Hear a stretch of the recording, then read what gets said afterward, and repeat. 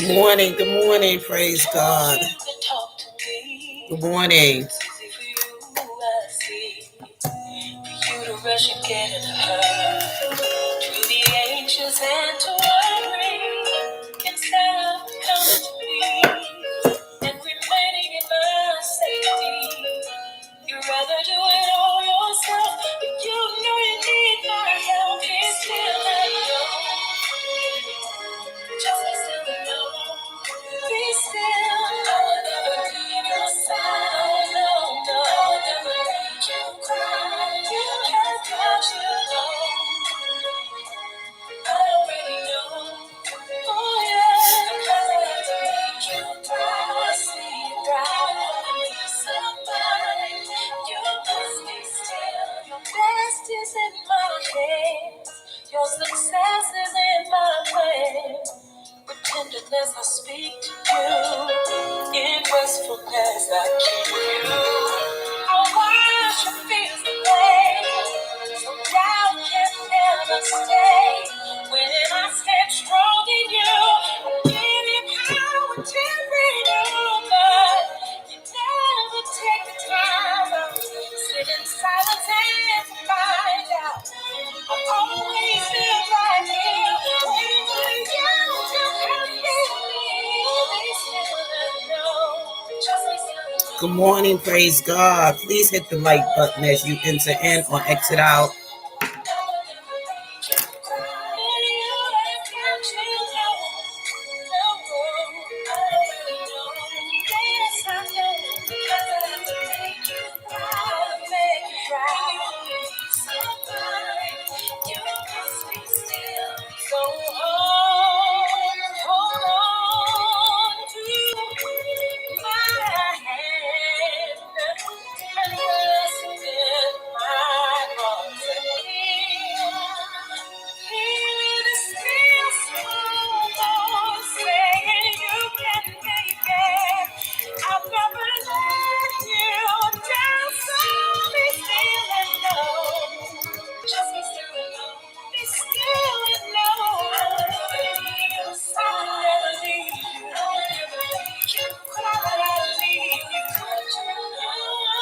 Good morning.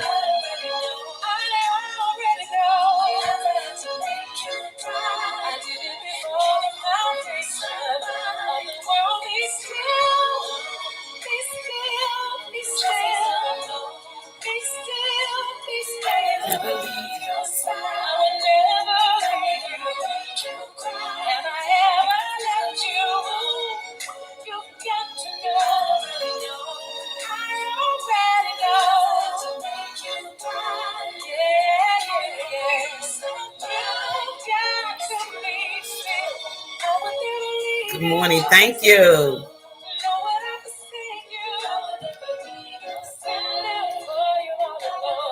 To God be all the glory, Nene. Good morning, Nene. How are you? Praise God.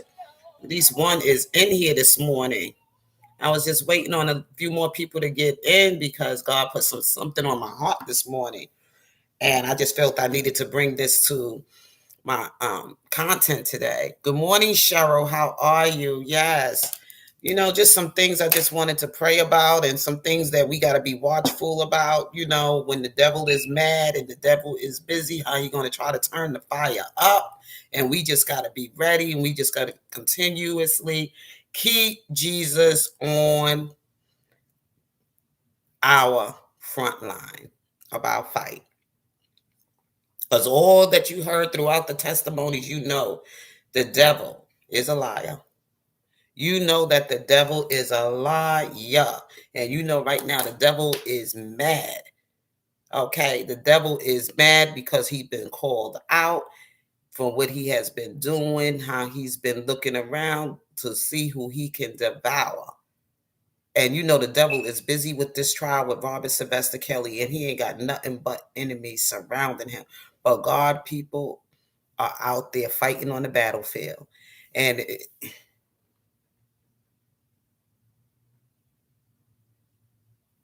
because it ain't nothing but the devil's case. The devil ain't nothing but a liar. This case, they use Jezebel, nothing but the Jezebel spirit. Look at all these women that testified against Robert Sylvester Kelly. Number one, this one started Jane Doe number whatever, Geronda. Yes, it is, Cheryl. I know it is. Because even they wanted to shut us out, but still God still have found a way to make a way. Look how they try to shut the doors on Robert Sylvester Kelly supporters. Look how they try to go and just like keep this whole thing closed circuit, no cameras in the courtroom. They put their reporters out there, and all they've been doing was giving one side of the story, but they haven't been giving Robert Sylvester Kelly's side of the story. This thing has already been set up from 2015, I believe. Like I said, when this whole thing, I didn't really. And I'm telling everybody, I've been listening to Robert Sylvester Kelly music. I've been hearing rumors, but I wasn't paying too much attention to the rumors until it got to the point where Lifetime has set up where they did the release of the Lifetime docu-series on Robert Sylvester Kelly life, surviving R. Kelly. And right there, I was like, how could somebody release a docu-series on, something right there? And, that was a sign right there. Why would you release a document series on this man without him even already being accused of the crimes and found guilty in the court of law? Pay attention, people. How the feds, the government, everything was trying to, what they try to do to harm this man, and how they sent these women groups out there to go to universities and colleges and protest in front of Sony and do all of these things to get Robert Sylvester Kelly music moved off the radio stations. How many years they've been fighting to do that until it got to this point of his trial.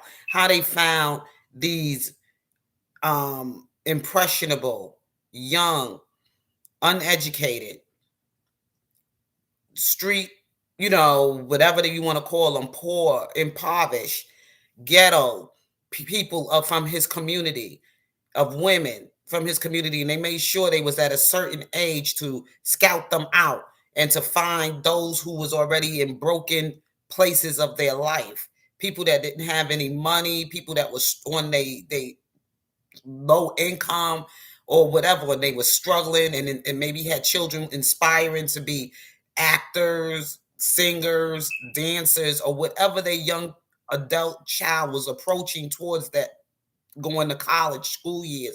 These parents, oh, make sure she's beautiful, make sure she has a body like something like, very something that a man going to want to be attracted to. They went out there to know how to get who they wanted to get. They knew how to coach them. They knew how to get them fake IDs. They knew how to just make them go inside Robert's camp, how to get there, how to give the family constant tickets to bring the children to bring their young daughters. I'm not going to say children because they're not children, to bring their underage daughters to his concerts. They set the whole thing up. But see, God is still there watching. All that the devil has planned to do is crumbling down and then being exposed. They knew how to do all of this stuff. And if anybody's running and wrong with this stuff, oh, he did it. He's a pedophile. He's a this, he's a that. Even his own friends turned their backs on him. And out here even going along with the narrative, and they know the truth is the truth. And even if he has been doing these things, they were doing it along with him. Oh yeah. Even the women that's out there calling him the names that I've been hearing coming from Vivica Fox, Lisa J, whatever her name is. Please hit the like button as you enter into my chat, or I'm going to stop speaking just like any other blogger out here, because my videos are not getting a lot of views because people don't hit the chat when they come in. I mean, they don't hit the like button. Thank you. And I have very much important information to bring out there to the public. My information is just as important as anybody else's information. Maybe it ain't got no drama going on right now, but it's For those of you who care about Robert Sylvester Kelly, Jesus need to get out there so people can be aware and see the signs of what they're doing to this man's life. What they doing to this man's life. How they all plotted and they planned to take this man down. To take him down. Okay. To have they way with his soul. Oh, it wasn't a problem when Robin was singing about bump and grind and sex me baby, like the music he was out there singing. If they had a problem with it and it was bringing too much problems in the black community and it was harming their children, they should have done something back then.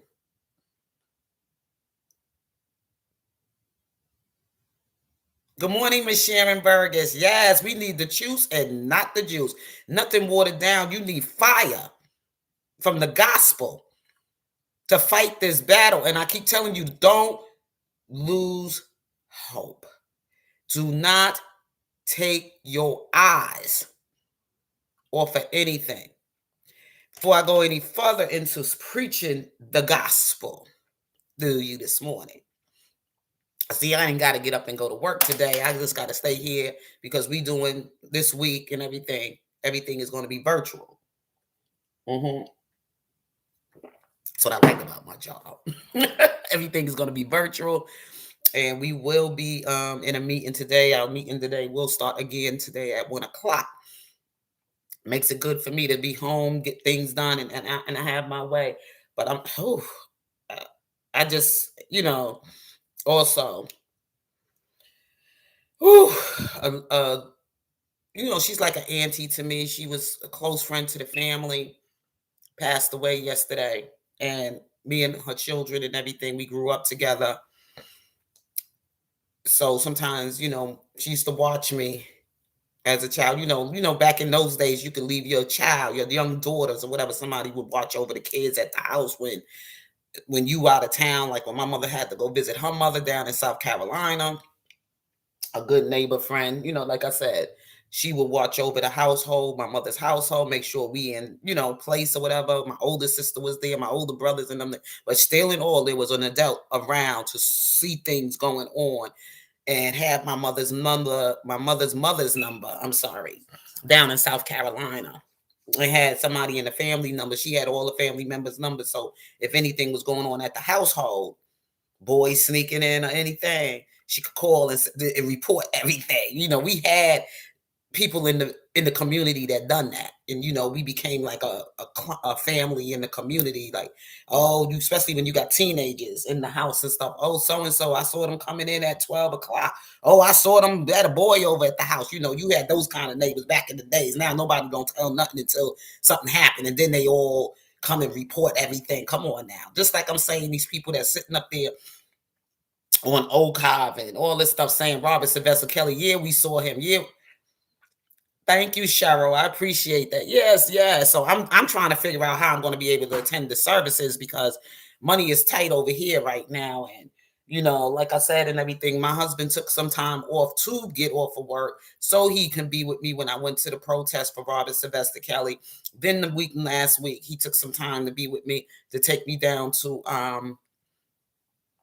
New York so I can go to the my mother's cemetery and everything. He made that sacrifice and stuff because, our anniversary was approaching, which was yesterday. We didn't even get out and do anything. He just, brought me something to eat and said, happy anniversary. We're going to try to do something this if he can.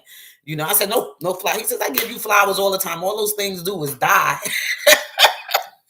Then you don't even, by the next day or whatever, them roses be bent over and this, that, the other. He says, baby, I got you.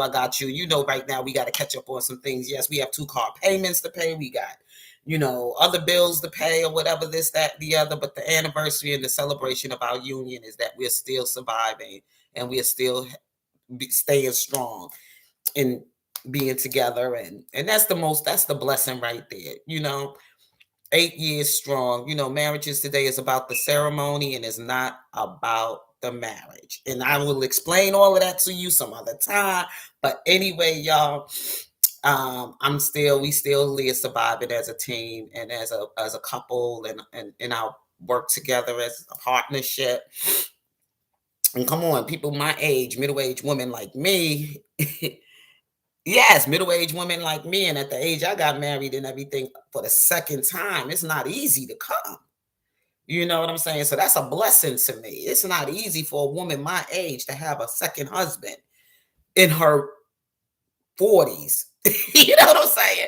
I mean, I know it happens today, but I'm just saying, usually when young women, when people do get married and they do, especially at the low income that I was at, you know what I'm saying? I'm just saying, like, I didn't have a lot of money. He didn't, we both working class people or whatever, like that. Poor work. I would consider myself in the blue collar working shit because, when you're not making over these days a six-figure income, I don't even consider that, if you're not at the six-figure income in the household, at least both of you are the working poor. That's what I consider. Okay. Blue collar, whatever you want to call it. The people that's more at the six-figure income and all that other good stuff, and their credit is wonderful and great and all that stuff, I would consider those to be the more people at medium income. Because it's either you're going to be rich or you're going to be poor. It is what it is. It ain't no middle person anymore. You know what I'm saying? You the working poor or you the upper class. And it's no longer low income, middle class, and upper class. It ain't even like that no more. Trust me. Okay, but anyway, because bills and everything is going up except people paycheck these days. And the poor is getting poor and the rich are getting richer. Even people making even almost six-figure income is about to be poor in America. It's only about the rich.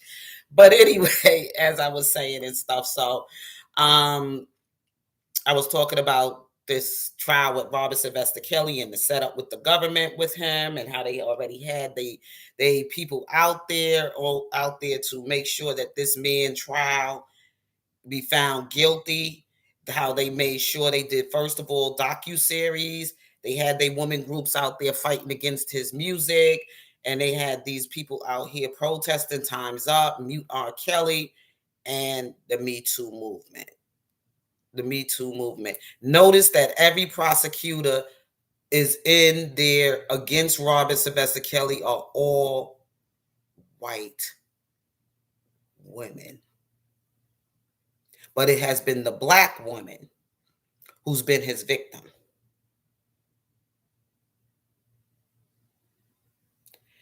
There is not one white man sitting on the prosecutor side. There is not one white judge sitting on the bench. Okay? Robert's team, one white man, one Jewish woman, and one black man.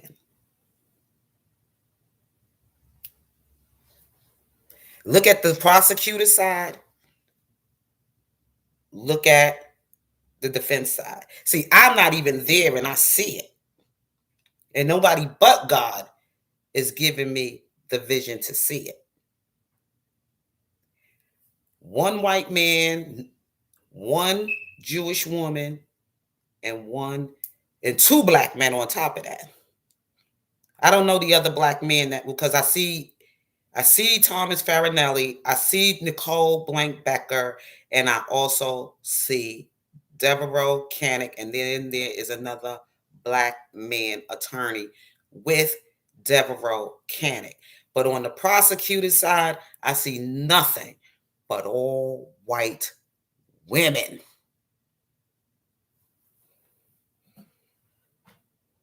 Can't shut God out of this fight.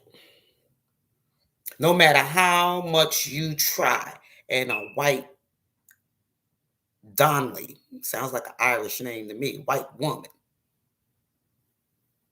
A white woman as the judge, and four white or five, I don't know how many prosecuting attorneys on that side, but they're all white women. I ain't see not one black woman, and maybe I missed something. She might be sitting somewhere in the cut. Maybe one of the stenographers are in there that's a black woman. I don't know who the cartoonist is that's doing the drawings in the court and how they making everybody look so goofy and funny looking. And especially the way they got now, they trying to take the victims and they trying to, not give them a face. And they're going to try all kind of tricks and scams and schemes so we can't identify who these people are. We already know who James Do number, what her name, Sharonda Pace was. We all know who Aaliyah is. And then all of a sudden now they want to release. Yesterday was the celebration of Aaliyah's death for 20. Aaliyah's been going 21 years, I think, right now, and they releasing and streaming her songs and her music and all this other stuff. This is their way to get the hearts of the people. The things that the tricks that the devil is trying to do. Yesterday was Aaliyah's 21st. Aaliyah died on August 25th of 2002, I think, 2000, right?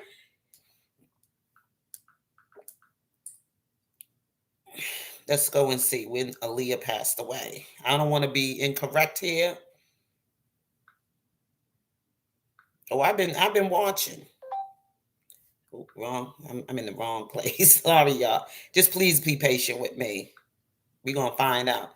Somebody know about it, please put it in the chat. Good morning, good morning. Please hit the like button as you enter in, like, share, and subscribe if you haven't subscribed to my channel. I appreciate it very much. Good morning. Hey, big bankroll. Okay, we're gonna look it up. We are going to look it up. Aaliyah Dana Houghton. According to Wikipedia, Aaliyah Dana Houghton was an American singer, actress, dancer, and model. August 25th of 2001. So that will be that Aaliyah has been going for 20 years, made 20 years now since Aaliyah's death.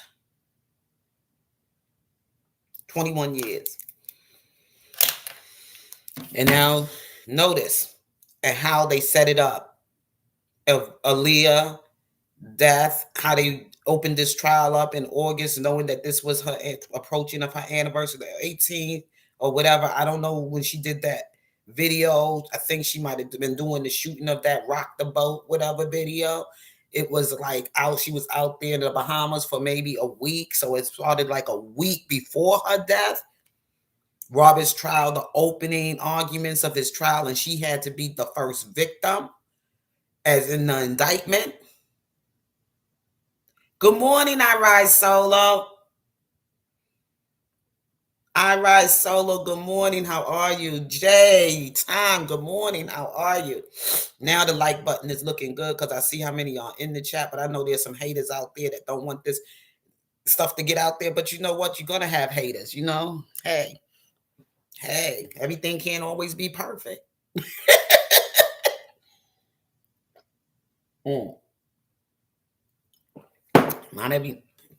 Not everybody gonna like you, regardless of how good you are. There's always gonna be a person out there that just don't like you. Hey Tanya, good morning.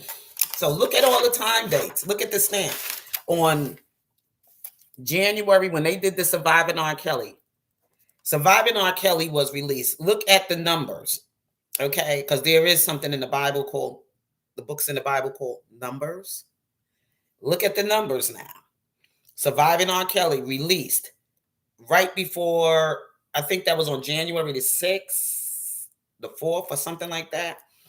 Right before, and I think that was the day of the release of that docuseries when it came on Lifetime, was on the 25th anniversary of Robert Sylvester Kelly's 12 play platinum album. His 12 play album was platinum on that day. Okay? It would have been his 25th anniversary of his platinum album. And now we looking at the month of January. Robert Sylvester's birthday is January the 8th of is on January the 8th. Aaliyah's birthday is January 18th. Look at the numbers, y'all. Go in the book of Numbers. It's in the Bible.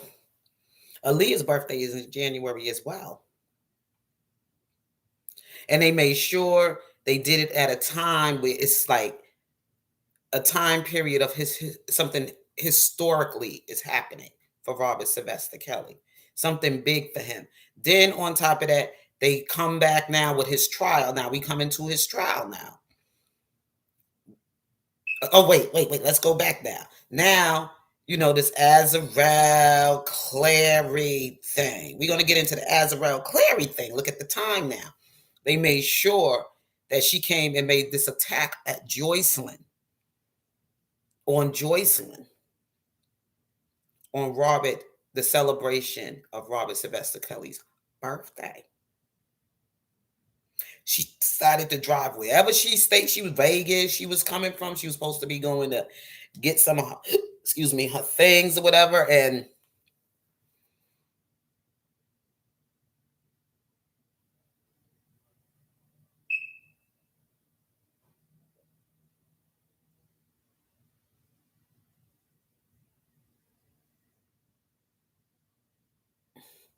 so Barry Hankinson said in that interview that he did a couple weeks ago that he regrets doing her last video, but he's putting her music out about the same time. If he's not the devil, don't know what. Exactly. I don't, and there is something not right about this uncle, Barry Hankerson, because he has a history with other artists like Tony Braxton, I think, and a few other artists that he has been a manager of, that somehow or the other they had a not so good relationship and things happened behind Barry Hankerson.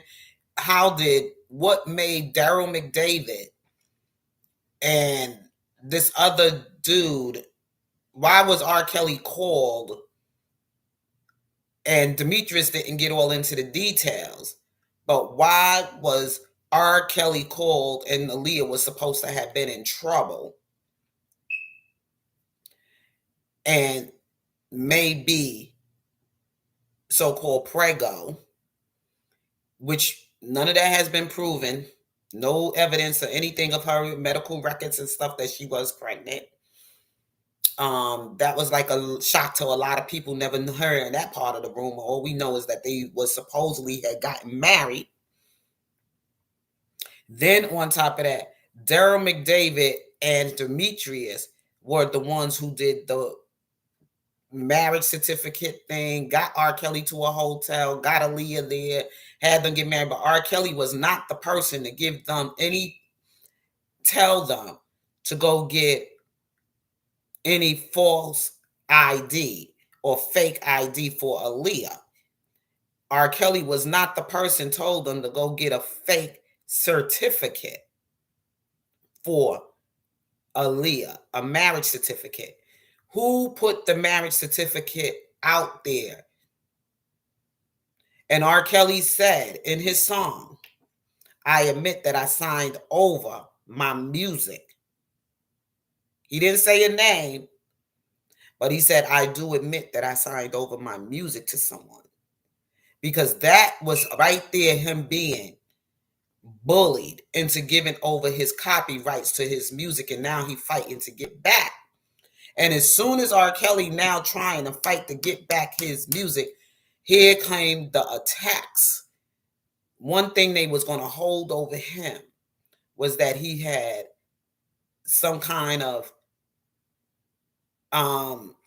relationship with Aaliyah. And they had to put that scandal out there to ruin his career. When R. Kelly met Barry Hankerson through Demetrius Smith, R. Kelly was just a young boy in high school. He was still in high school, struggling with his education. He didn't have he was struggling with it. He had some disadvantages. He was having a difficult time reading things in a certain way, and really, like, you have to explain it to him a few times before he can write it down clear enough for you, because he was suffering with what they call a dis what they call oh godly some cognitive. Wait. I know what it means because I'm in education, and that's a damn shame that I can't remember what it is. He had some development. I wouldn't say developmental delays, but he had some issues going on with trying to see things in words, read in a certain way, but he was seeing things a little backwards or whatever. My nephew has it, and I'm trying to remember what it is. Okay, because of some traumatic shit that happened, and sometimes children have these mind blocks of things because he did say he was taken advantage of when he was a young boy up to the age of 14. So he did talk about that, and maybe that's the way he medicined his pain, is through music and sex. And sometimes that happened traumatic. He had a traumatic experience, so sometimes that also can cause some problems. Traumatic experience can put some blockage on the brain, to block out that whatever happened at that time to a person, especially when they were a child.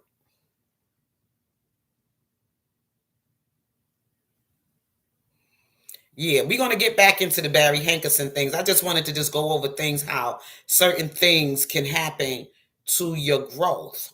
A traumatic experience can happen to some people growth. That's why I said, if you don't get it treated earlier as an adult, I mean, when it happens, if nobody ever take you for any kind of counseling, or if this stuff doesn't get any kind of support when it's young, when it happens, it can grow into other things, other behavior um, can take place from that traumatic. Like I'm saying, don't play with rape. Rape is not something that people should be using, just playing with it.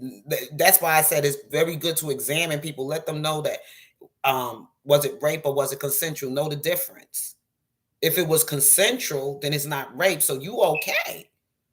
You fine. You made that decision, and nobody should fault you for it, because it was a part of your life where you grow it up and you want to explore with things or whatever.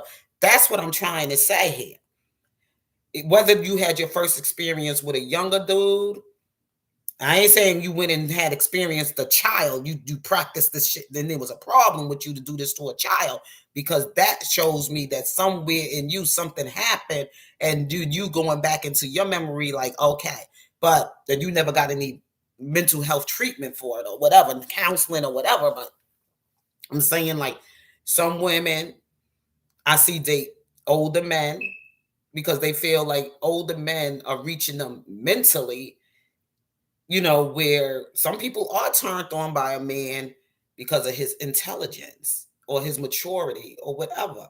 So it doesn't necessarily mean rape just because she was younger and he was older and he actually took advantage of her. Because there's some women, I know me, I love an intellectual man. Okay. I love a man to feed my mind.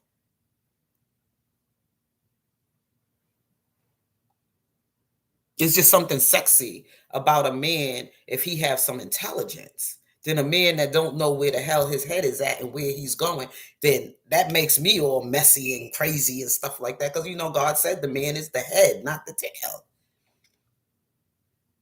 And your mind got to connect with his. It is what it is. Your mind, your body, and then your soul. But getting back to this rape shit, like Robert Sylvester Kelly telling his story, and I'm listening to the song, and I'm listening to his music, and I'm listening to his story, and I'm listening to his testimony as he go along. Okay. So as I'm listening, and he's mentioning this stuff about his music and about the people that worked with him and how they were crooked and how these people he had to get rid of some people, and his brothers don't act right because his brothers sold them out. His brothers were, they addicts. You know what I'm saying? They got issues. You know what I'm saying? They not the man. They not getting the attention. They probably had they little jealous. You can't even trust your own family members around you when you're famous and when you got money, because sometimes They, even no matter how much you doing for them, is never good enough because they're not the one in the shine. You understand what I'm saying? And I get a little jealous, and I'm going to keep it real. I get a little jealous of my sister sometimes. I'm like, yo, she got all of this going for herself, and she da da da da da da da. Why did? And then I look at myself and I say, sometimes being in the background, sometimes it's really good because nobody got to see all your shit. Nobody eyes got to be always on you. You know what I'm saying? When you in the shadow, it's okay. Because then it was a pastor preached a sermon about sometimes the slave is the master. Sometimes it's not always good to be the front guy. Sometimes that's the one who got to take all the beatings. All eyes are on that person. They taking all the weight for everything and da da da da da da da. Look at what R. Kelly's at. It could be a curse or it could be a blessing. He's the king of our. His name is R. Kelly. He's the one out there on the front line singing on the stage. All the women are crying for, and all the women are coming for. And then now they saying he's the one raping all these young girls. He's the one who's bringing all these young girls into his camp. He's the one holding them hostage. He's the one who's bringing these underage women. Da, da, da. When he ain't got nothing to do with it, but all he doing is basically making the music and singing the songs. And he's the front guy, wrote the song, come out and sing and have fun out there with his fans and doing all the act while the rest of them in the background doing all the criminal shit. And he don't even know nothing about, but he's taking the fall. Nobody's looking at Barry Hankerson. Nobody looking at Demetrius Smith, Daryl McDavid. Nobody looking at all those other people, the doctor, Jerronda Pace, how they get the IDs, who told them to come to the studios or to come to the parties and meet R. Kelly, who's passing, who gave them R. Kelly's phone number and information to get to R. Kelly. Nobody's questioning any of that. But they all looking at R. Kelly, R. Kelly, R. Kelly did it because that's all they see in the front line, but they don't see what's going on behind R. Kelly. Everybody is suspect. Not just one man giving all these people, a man who has dyslexia, a man who's doing nothing but writing songs and music and performing in concerts and everything else like that. A man who had very lack of education, who did not continue. Who is the one doing all of this behind R. Kelly?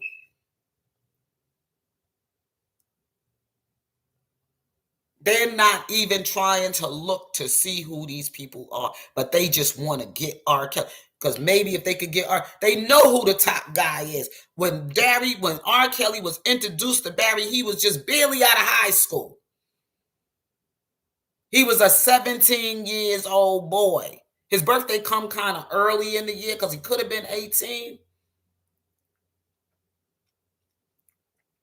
But he was just barely out of high school. He didn't even want to be a singer. He wanted to be a basketball player.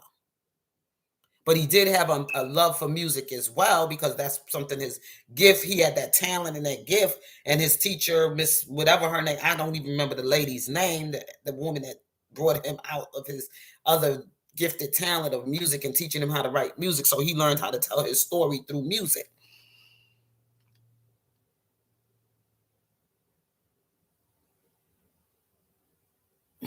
I don't know. Good morning, Ashley. Please hit the like button as you enter in.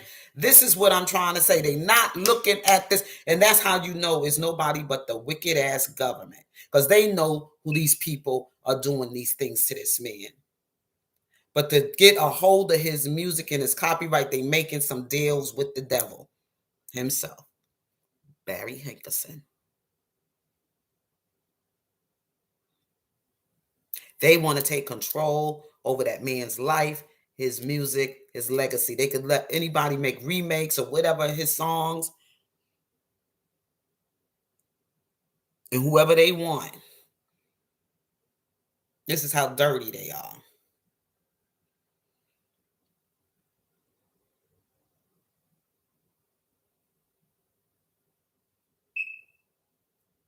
Demetrius Smith made a very smart move. I got immunity. He knew how to lawyer up. He knew how to hold them up until his lawyers came. They wanted him to get on that testifying stand that morning of that Tuesday, that Wednesday, or whatever day it was, or Thursday. It was Thursday. It was either Friday. It was Friday. Okay, because they had to cross-examine Geronda Pace. So and then the doctor, and then the groupie doctor, um, and also this other person, Demetrius Smith, the groupie doctor, and that so-called intern employee, entry-level employee or whatever. So they made sure that they was able to get these guys. I'm supposed to be going to pick up my sister's dog from the grooming place, 9:51. I gotta get back here because I got a freaking Zoom at 1 o'clock today. I'm just not trying to run out of time because this is going to be a long one.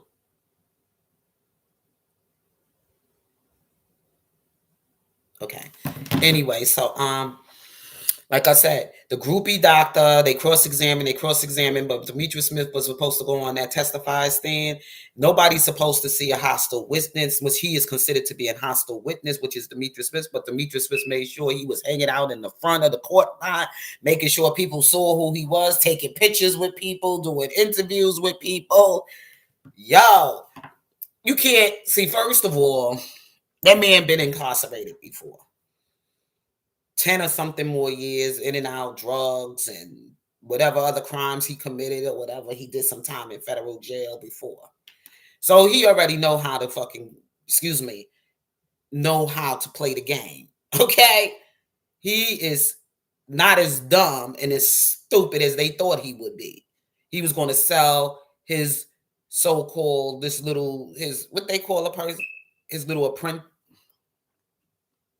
He knows the system. The order to know the system, you had to be in the system. So he been in the system because he knows how. While you doing time, you ain't got nothing but to study the dynamics and or to learn law and all the codes and all this stuff. He doing 15, 20 years in jail. This dude is up here studying. He's like, yeah, I'm gonna know this. When I come out, I'm gonna do this shit again. All you know how to do is break laws and get away with it. Yep. You know how to, get fake ID. You're going to learn how to get a fake, whatever, new identity, all that shit. Because he's in there, so he ain't got nothing to do. They go in the library on their little time when they got something to go out in the yard. When they go out in the yard or whatever free time they get, they sitting up there in that damn library with a damn law book. They learning all kind of shit. He don't, and then on top of that, shit, I'm getting old. Fuck. And then he got to think about the fact that, good morning, Unique Thoughts. How are you? Then you got to think about the fact that he ain't trying to go back to jail or anything else like that. He old. He done did his time. He done lived his life. He done went out there, broke all kind of goddamn laws now, and he's just ready to just live his life. Just the hell with all of this.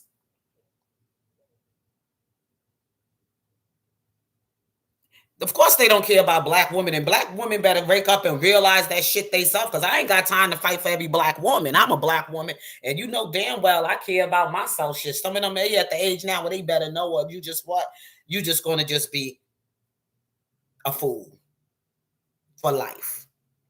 Okay? You're going to be played for life. I get along with everybody that I come across. I don't care what creed, nation, whether you're black, white, green, purple, whatever. I got confidence as a black woman. And I love the black I'm in. I embrace every part. I love my culture. I think it's beautiful. I see nothing. We got a beautiful culture.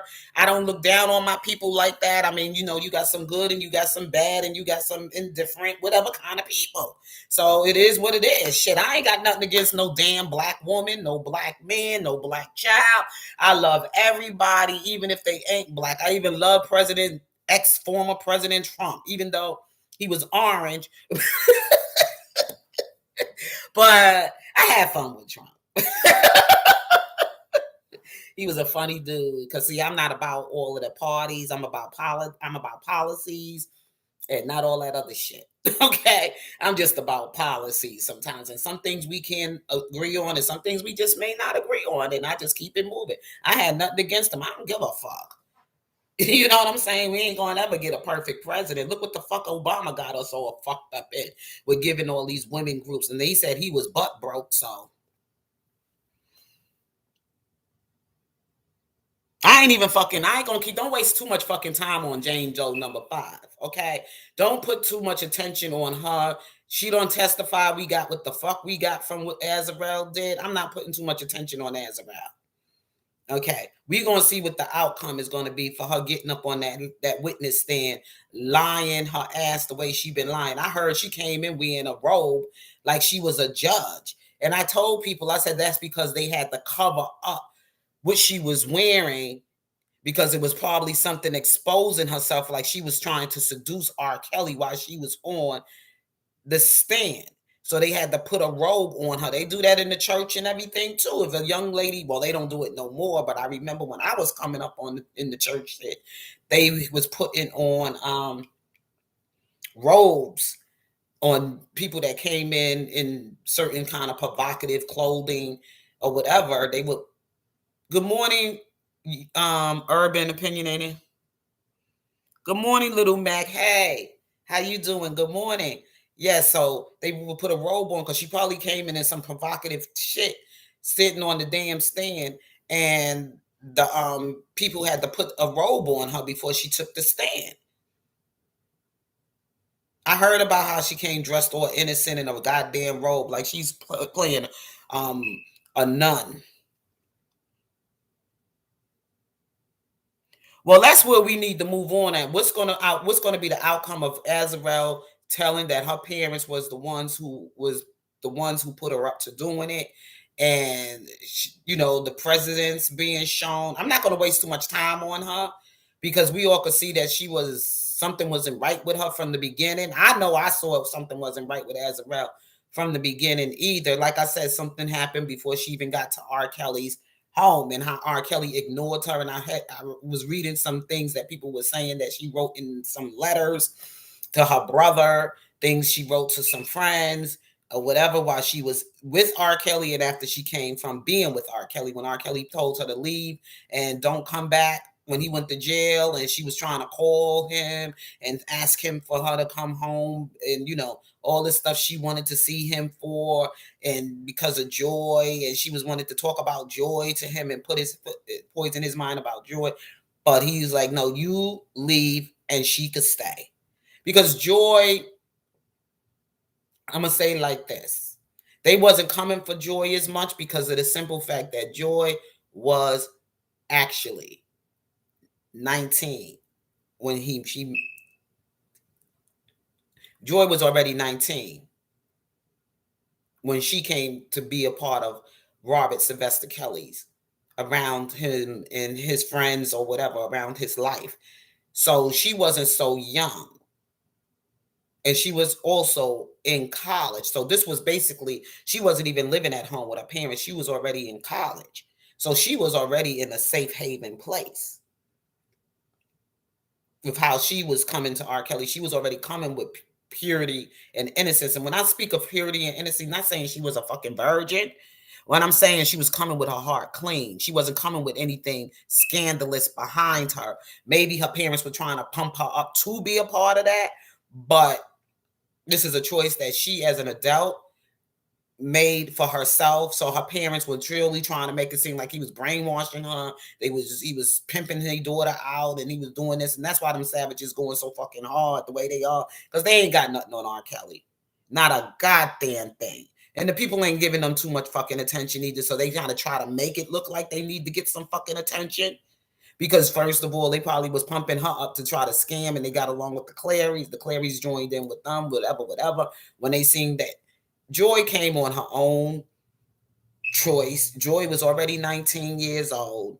She's an adult. She was already living out there on her fucking own, and she didn't come to do any scamming or scheming. She came because that's the fucking life she was just exploring with herself. Having sex with others, doing threesomes, and a lot of fucking young people be doing some goddamn threesomes out there.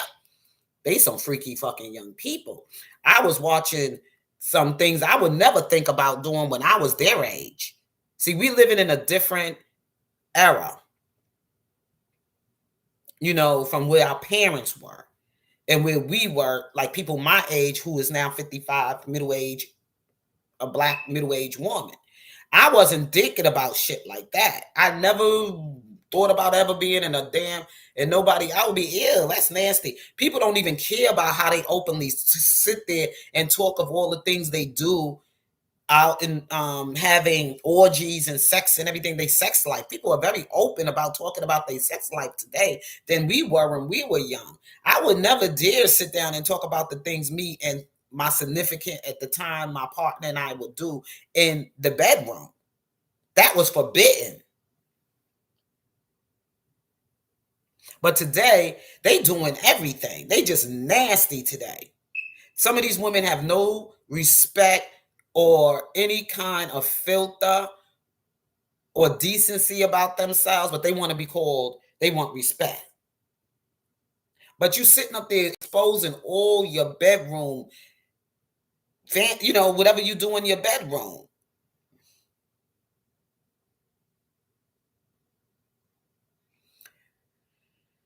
I don't get it. Some people just I see some people just talk about everything. They even do it on TV now. There's no filter at anything anymore. Social media, all of this stuff. People just talk as much filth as they possibly can.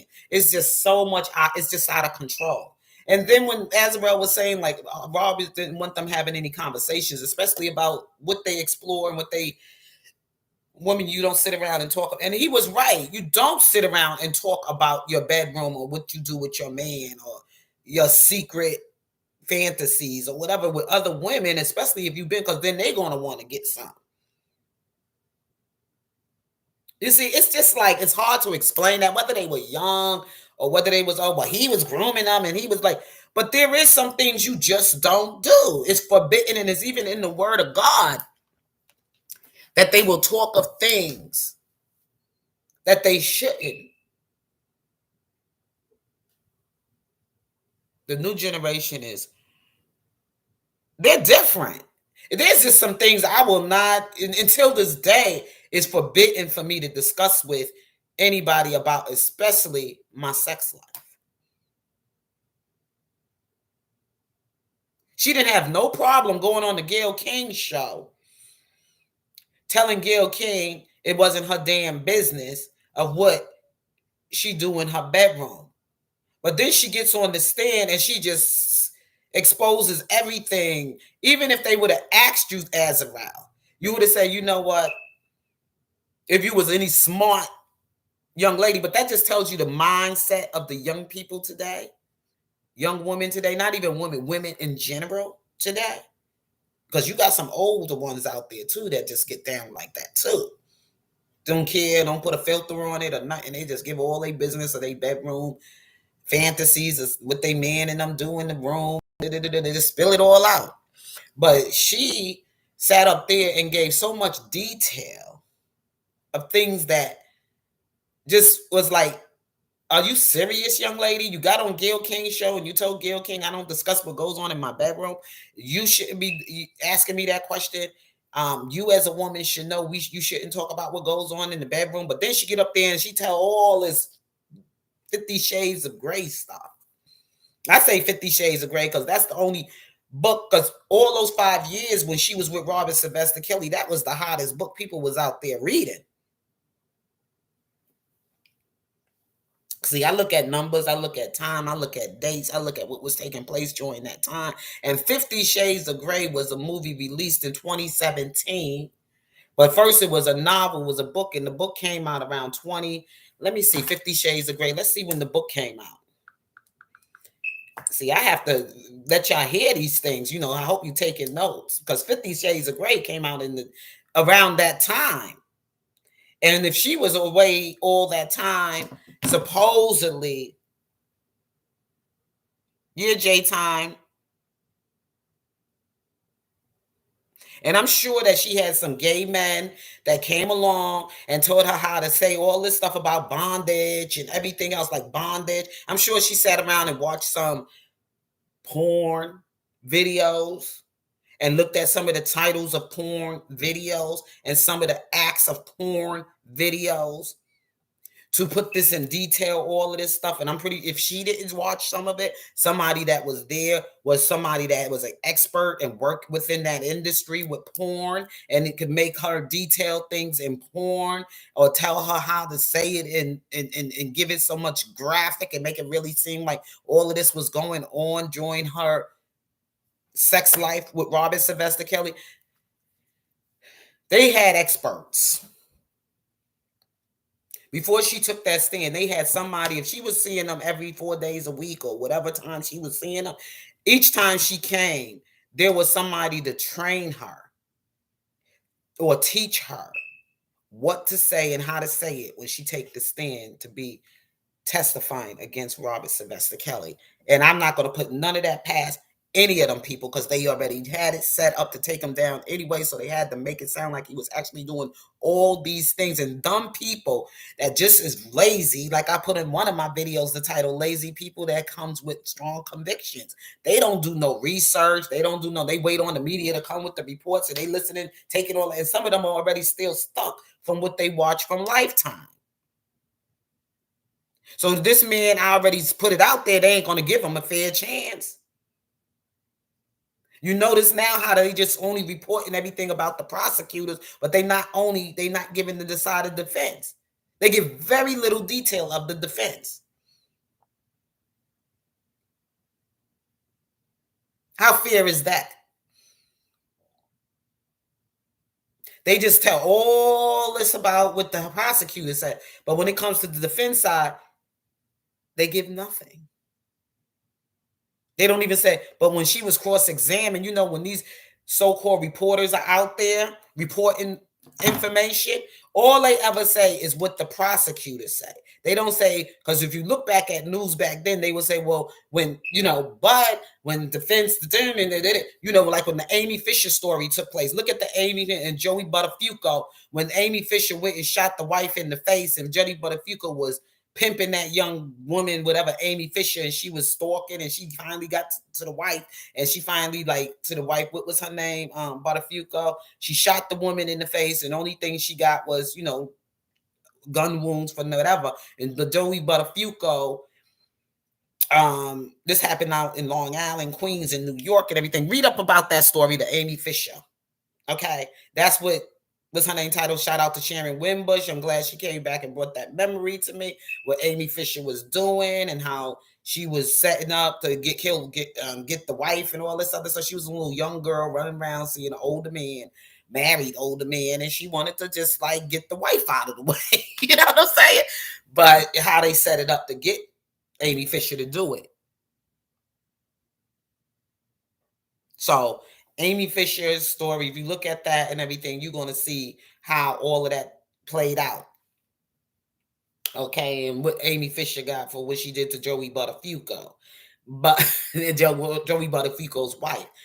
But anyway, back to what I was saying about 50 Shades of Grey, and I know they trained her. I'm trying to find out when that book came out.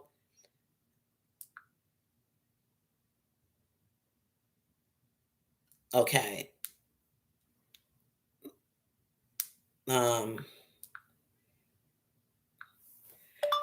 50 Shades of Grey, the book.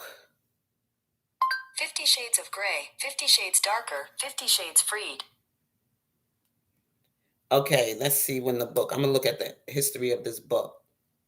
Okay, it was published on June 20th of 2011. So at that time, would she be interested in that kind of reading? Oh, hell yeah. Oh, hell yeah. 2011. Because I think I started reading some of these, in my time, I started reading some of these gangster street novels of black pimp stories by Donald Goings and everything. I started reading them shit since middle school. Donald Goings, Iceberg Slim, all of them did time in jail, how they was hustlers out on the street in Detroit, Chicago, New York, places like that. Mostly people that was more like in cities of Detroit. They was big pimping out there. Cities cities that ran like industries, industrial jobs and stuff like that. And sometimes it was like scarce work out there for people in those times. So they went into that kind of business of pimping. They went into the business of pimping and hustling and drugs and all that other stuff in cities like Chicago and Detroit, because most of his stuff was from cities like that. So I used to read all those novels or whatever. Yes, Amy Fisher was under. Let's find out about Amy Fisher. Let's Google her. Let's listen to her story. You know, these young girls that be messing around with older men, and then they get all souped up, and they had, because notice that this little young Azrael wanted Robert Sylvester Kelly to take care of her for the rest of her life, a rich man to take care of her for the rest of her life. She wanted to try to slip up and get pregnant. She wanted to even try to even you know, blackmail him and all kind of stuff. She tried just so he could marry her and maybe get an income for the rest of her life and live rich and luxurious for the rest of her life, but lay it on her fucking back. That's what she wanted to do. Amy Fisher. According to Wikipedia, Amy Elizabeth Fisher is an American woman who became known in the media as the Long Island Lolita in 1992, when, at the age of 17, she shot and severely wounded Mary Jo Buttafuoco, the wife of her illicit lover, Joey Buttafuoco. See what I'm saying? She was only 17 years old when she started seeing Joey Buttafuoco, and he was like 40 something, I think. She's known as an American Lolita. And what do you think the fuck Azrael is? She's the black Amy Fisher. Lolita. Okay.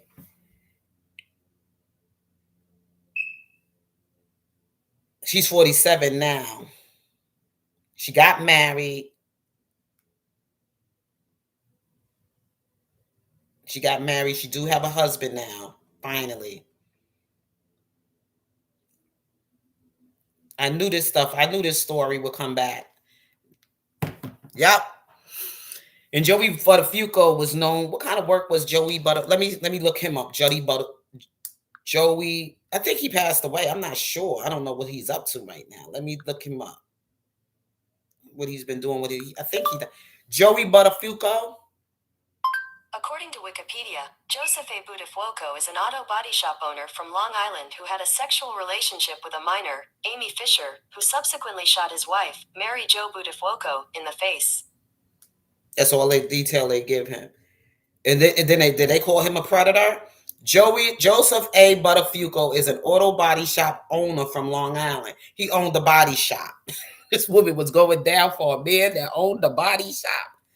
You know what I'm saying? With a minor. But to see with R. Kelly, they say children. Notice the difference of the racism here. He's a pedophile. Robert Sylvester Kelly's a pedophile. And also a predator, and he had sex with children. But with him, this girl was 17 years old, and he was, how old was he at the time when he had sex with?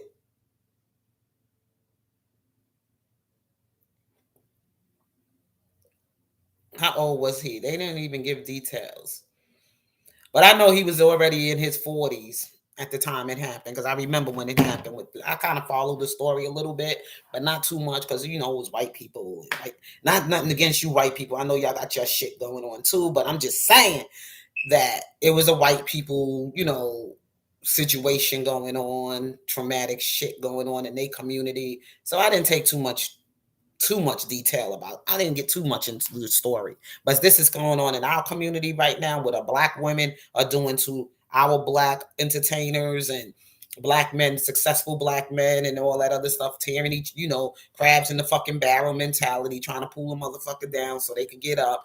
And some of them are just ignorant. Some of us are just like that. It's just going to be that way. It's going to always be that way. It ain't going to change. But thank God I ain't one of them. I'm just not one of them, because I got love for my black community. I got love for my people, and I'm here for my people, whether good or bad or indifferent. I'm here for you. The ones that just don't fuck with me and just don't find me to be, about it, we just don't get along, or we just don't click from the same class of people, then I just don't fuck with you. But I just pray for you. That's it.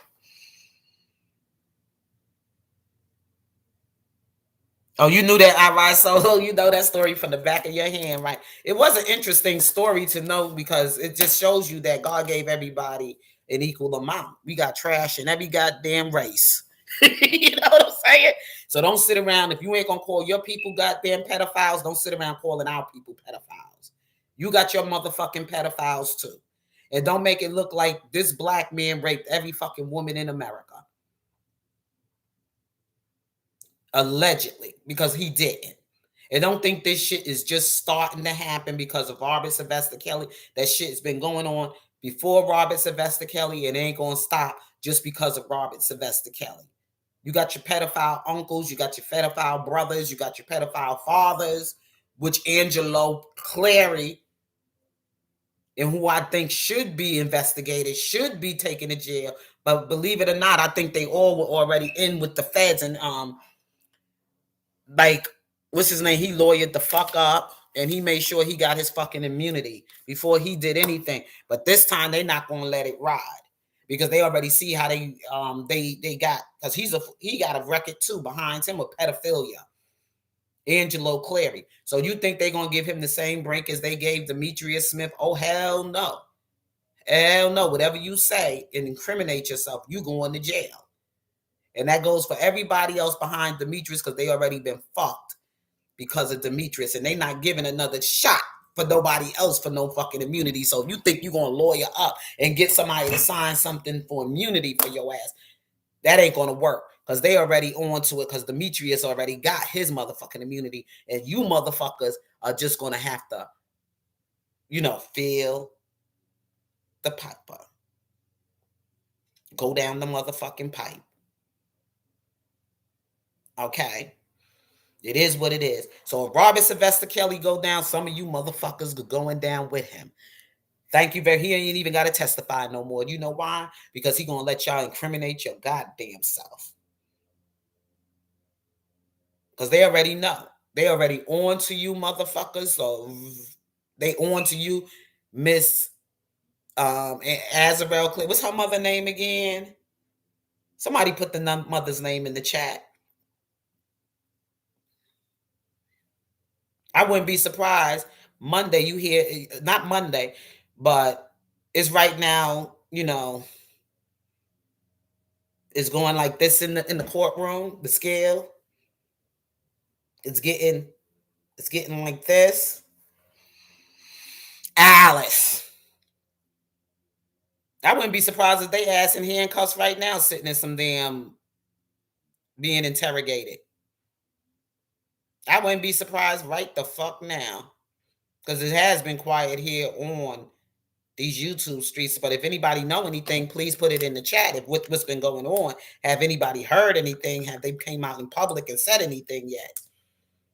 And you know who probably ratting their ass out right now and saying all kind of shit so that they can get their ass out of the trouble they in? Is the same man that was out here working for them and trying to fuck with R. Kelly's team over here, the motherfucking team leader, Larry McGee. He probably trying to make a deal with them right now. With the feds. See, sometimes when you plot evil to do to somebody else, your evil always turn back on you. And the same people that you work with to do evil to harm somebody else are the same people going to turn your ass in and let you fry and hang. See, you can't trust people like that. You cannot. If you're going to do evil, do it by your damn self, not with nobody else. Because if you do it with other people, eventually they're going to turn the fuck on you. Your evil always enter your own heart. Don't let nobody guide your mind into doing anything wrong to harm somebody, especially when that person hasn't done anything to you. And that goes for you, Atmos fucking Love. You sitting up there, you was a ride and die R. Kelly supporter, and you got off the team because these motherfuckers were acting stupid. I ain't worrying about these motherfuckers acting stupid. I'm gonna let them go down for what the fuck they do. Not me. I don't have to be along with the gang. You understand what I'm saying? I don't have to get with what they doing. I try to be fair and using my own good value judgment. I don't fuck when everybody convince me to go and do this to that person. Just like when that shit was going down yesterday with people fighting against it. Oh, you take this person, you block. No, the fuck I'm not. Because I'm not here for them. I'm here for Robert Sylvester Kelly. So I got the fuck away from the shit, all that shit going on, and I came over here and did my own goddamn live. Because when you go down, you're going down alone. Look at Robert Sylvester Kelly. He's standing alone. And only people that believe in his innocence right now and fighting so hard core for him is his supporters. And then very few of us are doing that. Very few. Forget about the ones you see always seen, that's always seen. And getting all your goddamn money on the internet. There's some people that's out there fighting and you don't even see them. You pass them right on by. They watching and waiting and they just like don't want to be seen. But they watching and seeing every damn thing. They not out there shouting. They not out there making no noise. They not out here doing any videos. They not out here doing any of that shit. But there's some out there, believe it or not, that is helping quietly. They probably come on here and found his information that's going on as far as his money situation, and they got a whole lot of money and they got a job too. And they not out there making a noise, but they sending in those donations to help him in his trial. It's not always the ones you see are the ones who's really got his back. They there for themselves. It's the ones you don't motherfucking see that's sending in help for Robert Sylvester Kelly. They probably sit on their break every day just to find out what's going on with him, and they send in donations. Probably even somebody privately taking care of his legal fees. That's sending in a big check. Somebody privately sent in the money if he needs anything. Here, got you. Because we see your innocence. And they praying quietly for him in their little place of quiet prayer. I'm only out here just to be an inspiring journalist. And then on top of that, I'm an R. Kelly. I love R. Kelly music. And I love R. Kelly. I really do. Because he could be anybody's bro. He could be my brother. It's like I grew up with him. I've been in his personal been under him personally in his company and his privacy of his life or whatever. I still got love for him. Regardless of wherever this way goes for him, I still got love for him. But first of all, I love the Lord Jesus Christ. And I know sometimes my mouth can get a little filthy around but like I said, I'm still a work in progress, but I still love God. I get away from things when I see things ain't going right. I just move myself aside. I step aside.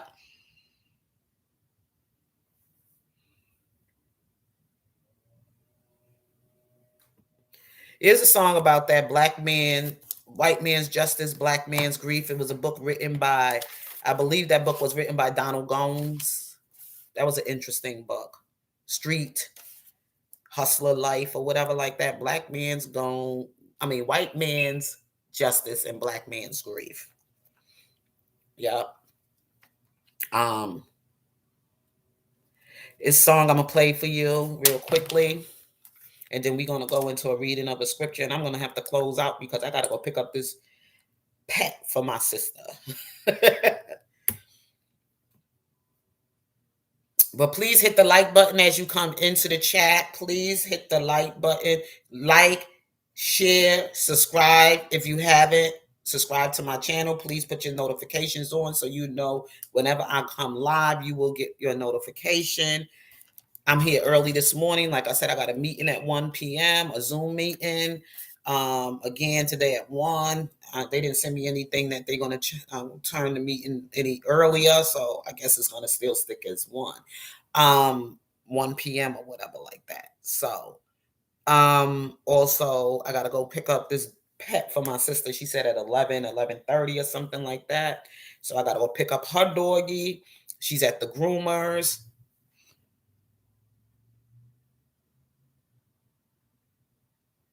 Who, Charlie who? Where is Me Too when it comes to Charlie? Charlie who? Oh, Charlie Sheen. That was passing out the damn HIV I think he got. And that's some killer shit right there. Herpes ain't no deadly disease. Only thing herpes do is you're gonna break out with, sores, rashes, whatever, this, that, the other.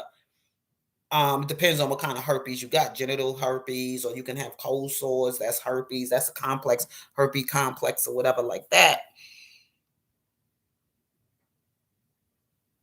But if you treat it and everything else like that, I don't know what other symptoms herpes have. I don't know if you're gonna have any pains inside or whatever. Like Azrael, that sounds like gonorrhea. That just sound like, maybe some yeast infection. And what it sound like to me with Robert Sylvester Kelly, it sound more like a yeast infection than herpes. Sorry, men get yeast infections. He probably was sweating and from the fabric or whatever he was wearing at the time, kind of irritated it.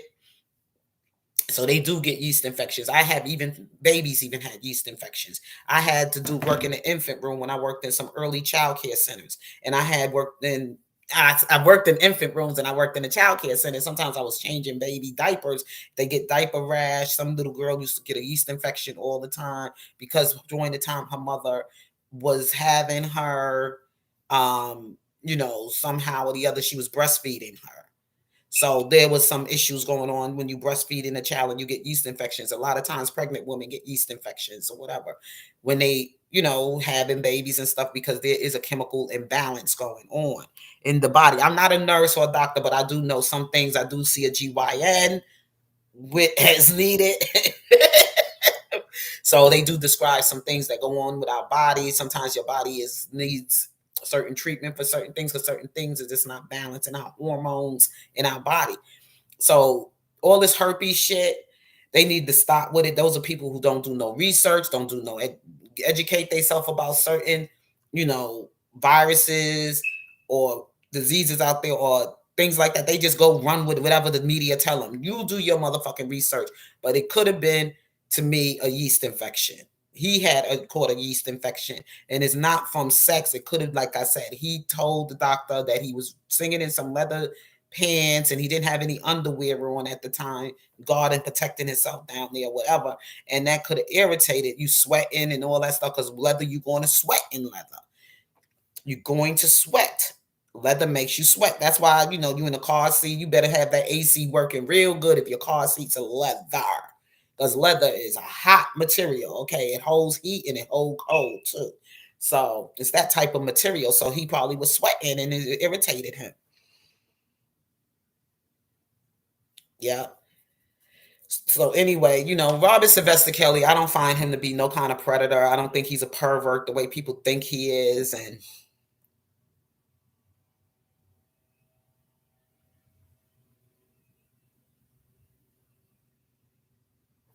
But you know what? Even if they trying to move and they trying to make any moves right now, the feds are watching them. So they kind of hang laying low if they not already in some place being interrogated. because they daughter threw their ass under the bus. I'm sorry, they're gonna have to do something, or else people, they know they're gonna get an outcry from because you can't outdo God. You know what I'm saying? If you saying the devil could do all he can, Robert don't have to do nothing but stand still. Step aside and watch how God works. I keep telling people God is omnipresence. God is omnipresent. He knows all, he sees all. See, they don't understand how the Lord Spirit moves. You got to have if you ain't got the fear of the Lord in you, boy, oh boy, are you in trouble. Boy, oh boy, are you in trouble. I know how God moves. You think God wasn't moving on that stand when he did what he did for Demetrius? You don't think God was moving on that stand when he did what he did to Azrael Clary? Her story's changing, inconsistencies and all that other stuff. Who work is that? They could get in boldly and this, that, the other, and say all they can about this man and on the internet. But as soon as they got on their stand, they froze. They not froze up, but they started spitting a little lies with a little truth. But more of the truth came out than the lies. You understand what I'm saying?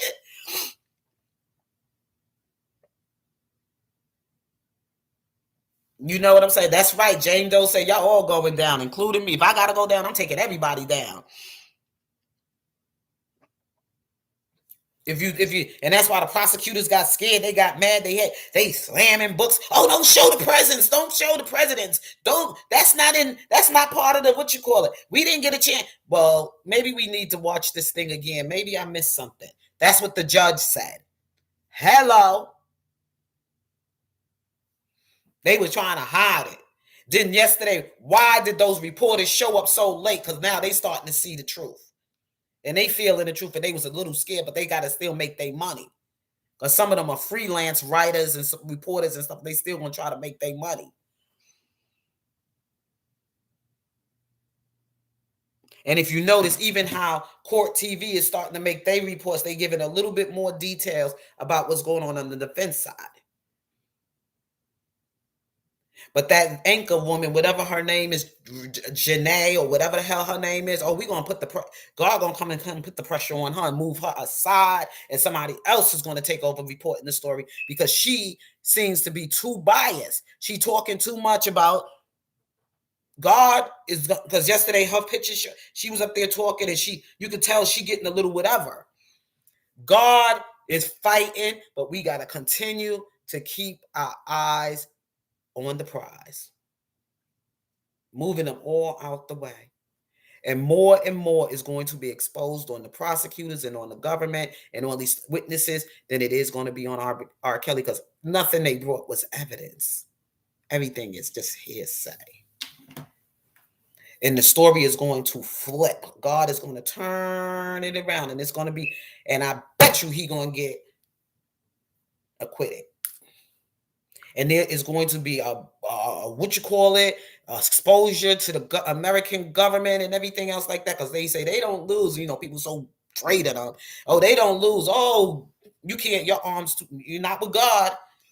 You are not doing something that is right and just. You made it so obvious that you are so hateful to come against an innocent man's life.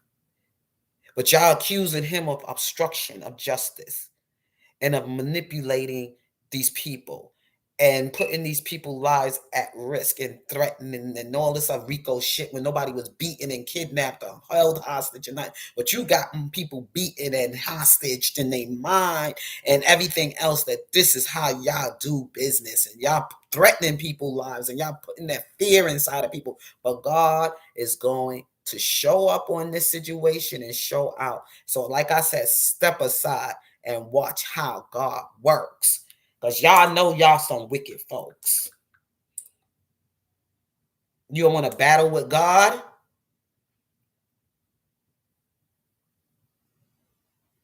God already released R. Kelly. All he got to do is sit back, chew gum, and watch the show.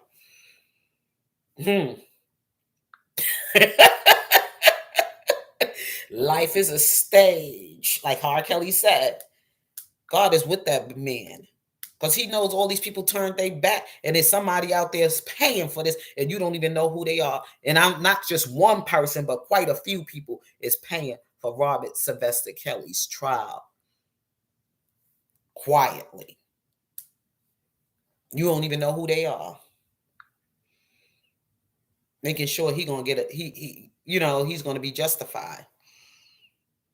And he got a badass defense team. And the way it's set up, one Jewish woman, two black men, one white man. Who do the prosecutors got? All white women. Why all white women? Probably a black woman in there. Like I said, she might be a little biracial or mixed with some Oriental shit up in her or whatever like that. But she ain't block. Or she could be an Oreo. But she ain't block. She ain't a sister down for whatever. Let's put it that way. She ain't one of us. They know how to put the tear in there, make it look like she black, but she really ain't black. She ain't the real thing.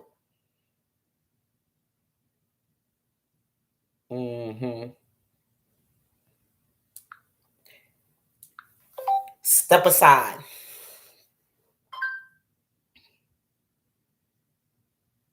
think so too. I ride solo. I really truly do. And they ain't saying nothing. I just want y'all to listen to this and minister to you for this morning before I come back and do a scripture and then try to close out so I can get ready to go pick up this pet.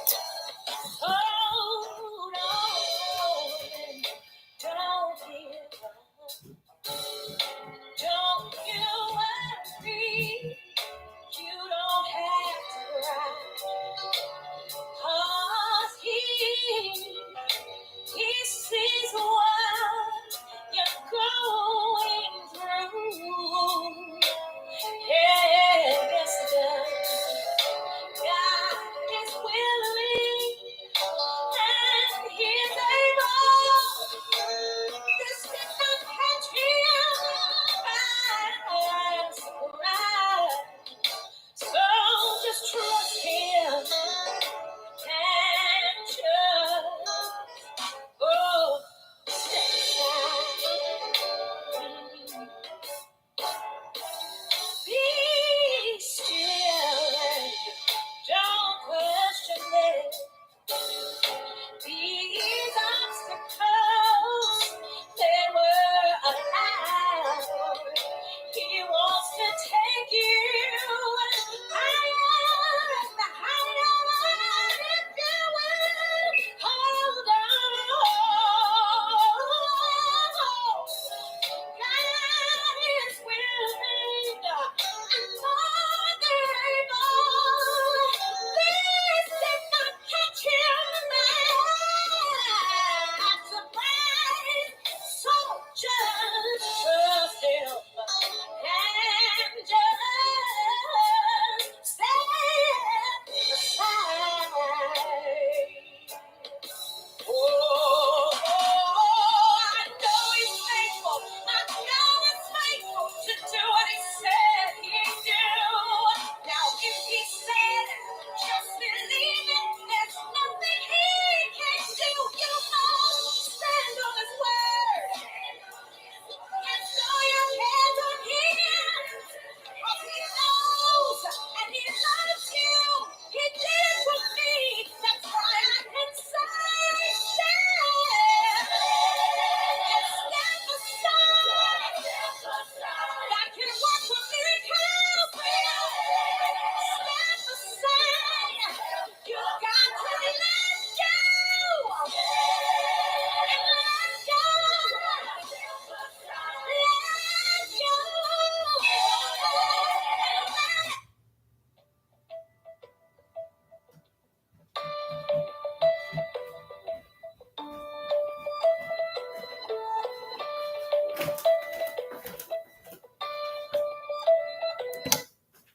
Sorry about that. I didn't even know my phone was ringing when I stepped aside.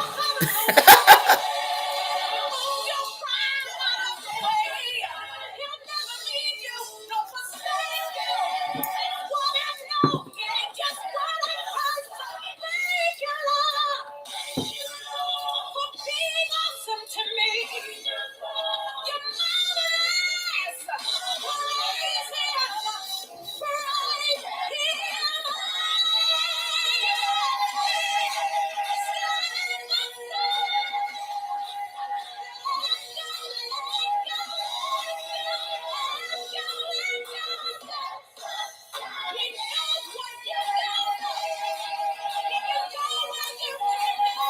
Whew.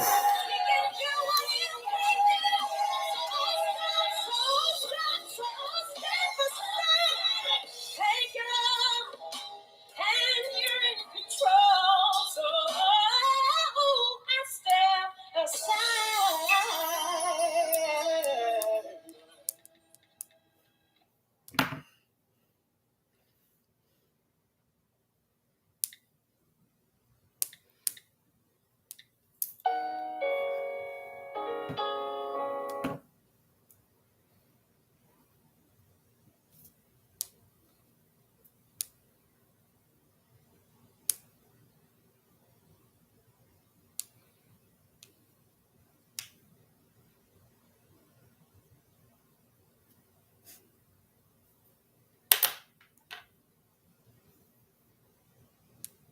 Okay, we're going to come from reading the chapter of Jesus' arrest in the book of Matthew, the plot against Jesus, how they plotted.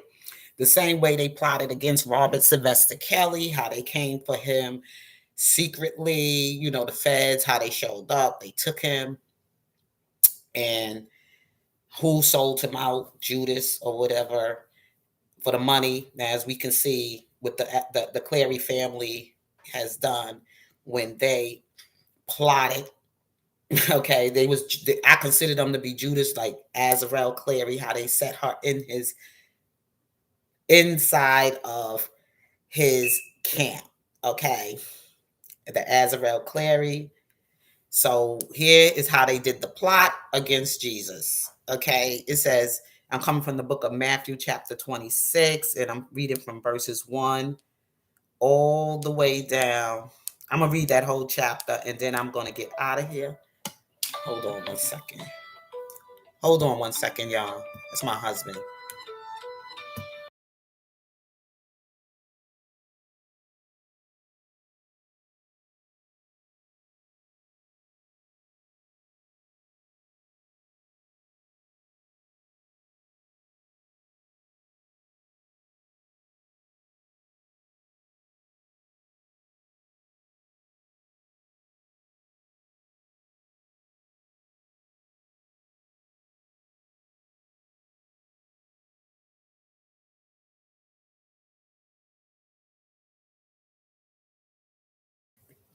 Hey y'all, I am back. I am back. So I'm going to let this thing here read to you because I'm coming from the book of Matthew, chapter 26, and we're going to just read that chapter. And then we just going to get out of here because my husband said he should be stopping by in a few minutes or whatever, this, that, and the other, because he wanted to bring me something. So I wonder what that is. But anyway, y'all, I'm just going to put this on.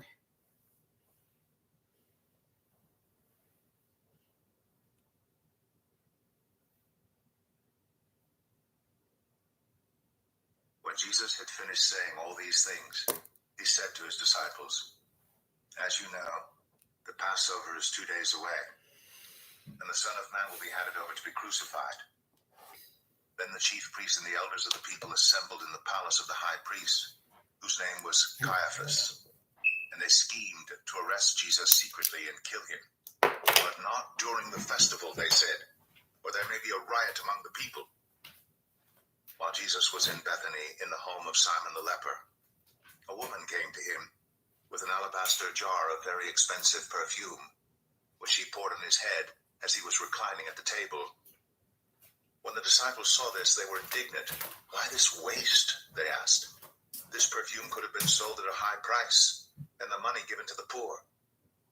Aware of this, Jesus said to them, "Why are you bothering this woman? She has done a beautiful thing to me.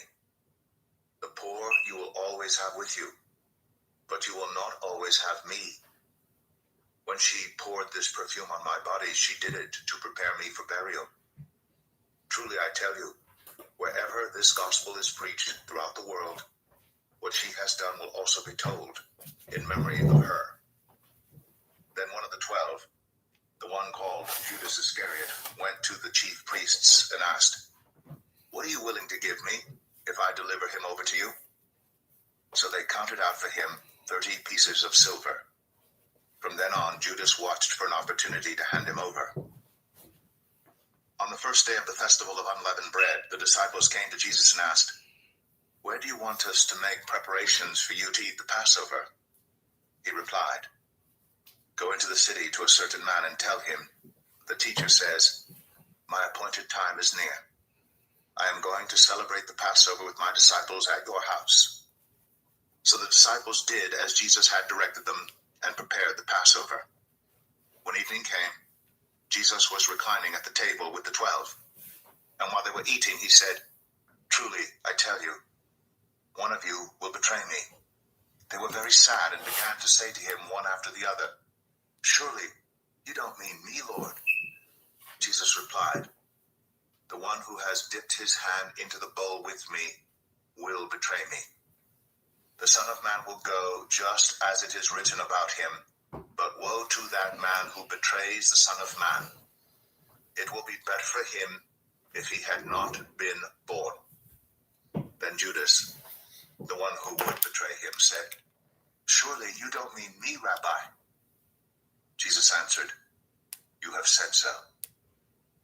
While they were eating, Jesus took bread, and when he had given thanks, he broke it and gave it to his disciples, saying, Take and eat. This is my body. Then he took a cup, and when he had given thanks, he gave it to them, saying, Okay, Tanya, have a blessed day. This is my blood of the covenant, which is poured out for many for the forgiveness of sins. I tell you, I will not drink from this fruit of the vine from now on until that day when I drink it new with you in my Father's kingdom. When they had sung a hymn, they went out to the Mount of Olives. Then Jesus told them, This very night you will all fall away on account of me, for it is written, I will strike the shepherd, and the sheep of the flock will be scattered. But after I've risen, I will go ahead of you into Galilee. Peter replied, Even if all fall away on account of you, I never will. Amen. Amen. Amen. I didn't let him read down to everything, but I just wanted to get to the part where he was sitting down breaking bread with his disciples, and he also knew already who was the ones that were going to betray him.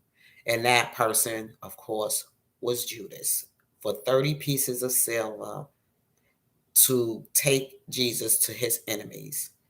So we know how the story, some of us may be familiar with the story. And the reason I had to relate it to what Robert Sylvester Kelly going through, and not only what Robert Sylvester Kelly going through, but what all of us is going to go through. Because remember, they made fun of Jesus. They put a thorn of a crown on his head. They made a thorn crown to put on his head. They whipped him for 30 days. I mean, for night and day, with the whip that had some kind of glass, and how they made this whip and everything, and stung and was ripping his skin and everything else like that. We can feel the pain as they talk about how this man was being whipped. Just like I can feel the pain of what Robert Sylvester Kelly endured when they was all running from his camp, and everybody that was around him and did all the stuff they did around him. But he's the only one standing. We heard some even say they're going to stand by his side. They're not going to do whatever, they're going to be there to fight for him and all this other stuff. We see them coming on YouTube, and people, I don't know Don Russell, but I just don't too much deal with him on this sense. I mean, I listen to some of the things like from other bloggers, from bloggers channels or whatever like that, but I don't really mess around too much with Cass Jones, Don Russells, and Kip Kentons, and the other one, and I ain't gonna mention their name. These kind of people, that claim they was around Robert Sylvester Kelly, the Will Eady's, the who else, that all these people, just like Jesus had his 12 disciples. Peter, oh no, Lord, I am not going to. But when the people came, where did Peter go? Will Eady, wasn't he supposed to have been with Robert Sylvester Kelly when he was over there at the minister's house, Minister Farrakhan? That's his home. That was like they were all okay. Um, I don't know too much about. I don't know. Kip knew him from whatever, but I don't know what character he will portray. The doubtful Thomas or whatever. Remember Thomas, one of his disciples who was doubtful. Look at all what they had played. Then the woman that came to anoint Jesus for when she knew that they was going to come for the Lord, and they try to shun her away. We're going to go to that part. We're gonna go to did he just spoke on the part about the woman with the anointing oil, right? with the alabaster box and everything. It could have been Joy. She could be in that story. But we already know who betrayed him and who was working on the inside with the Clary family. And this was her name. She trying to get back in the game, and Jesus wouldn't let. And then what's his name just told her to go wherever she gotta go, and that was Azrael. The Judas don't necessarily have to be a man. It could be a woman too.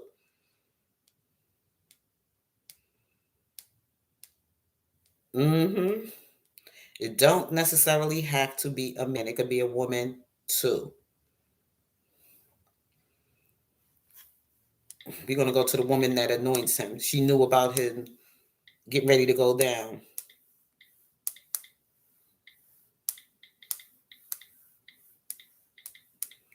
See, I do the tablet because it's easier for me to find the scriptures.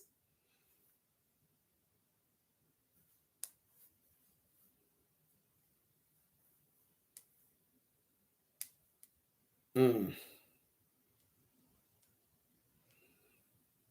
I'm gonna have to do it like this.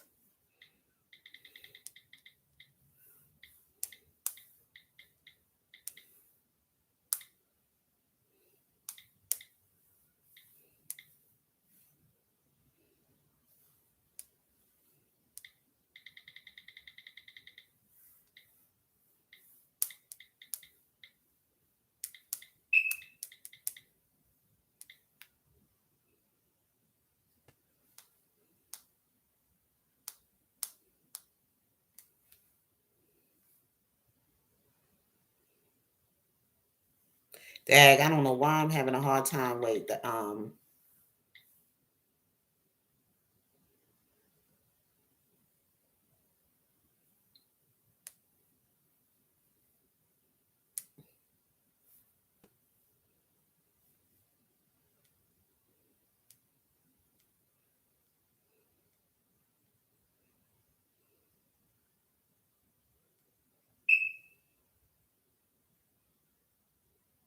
Okay.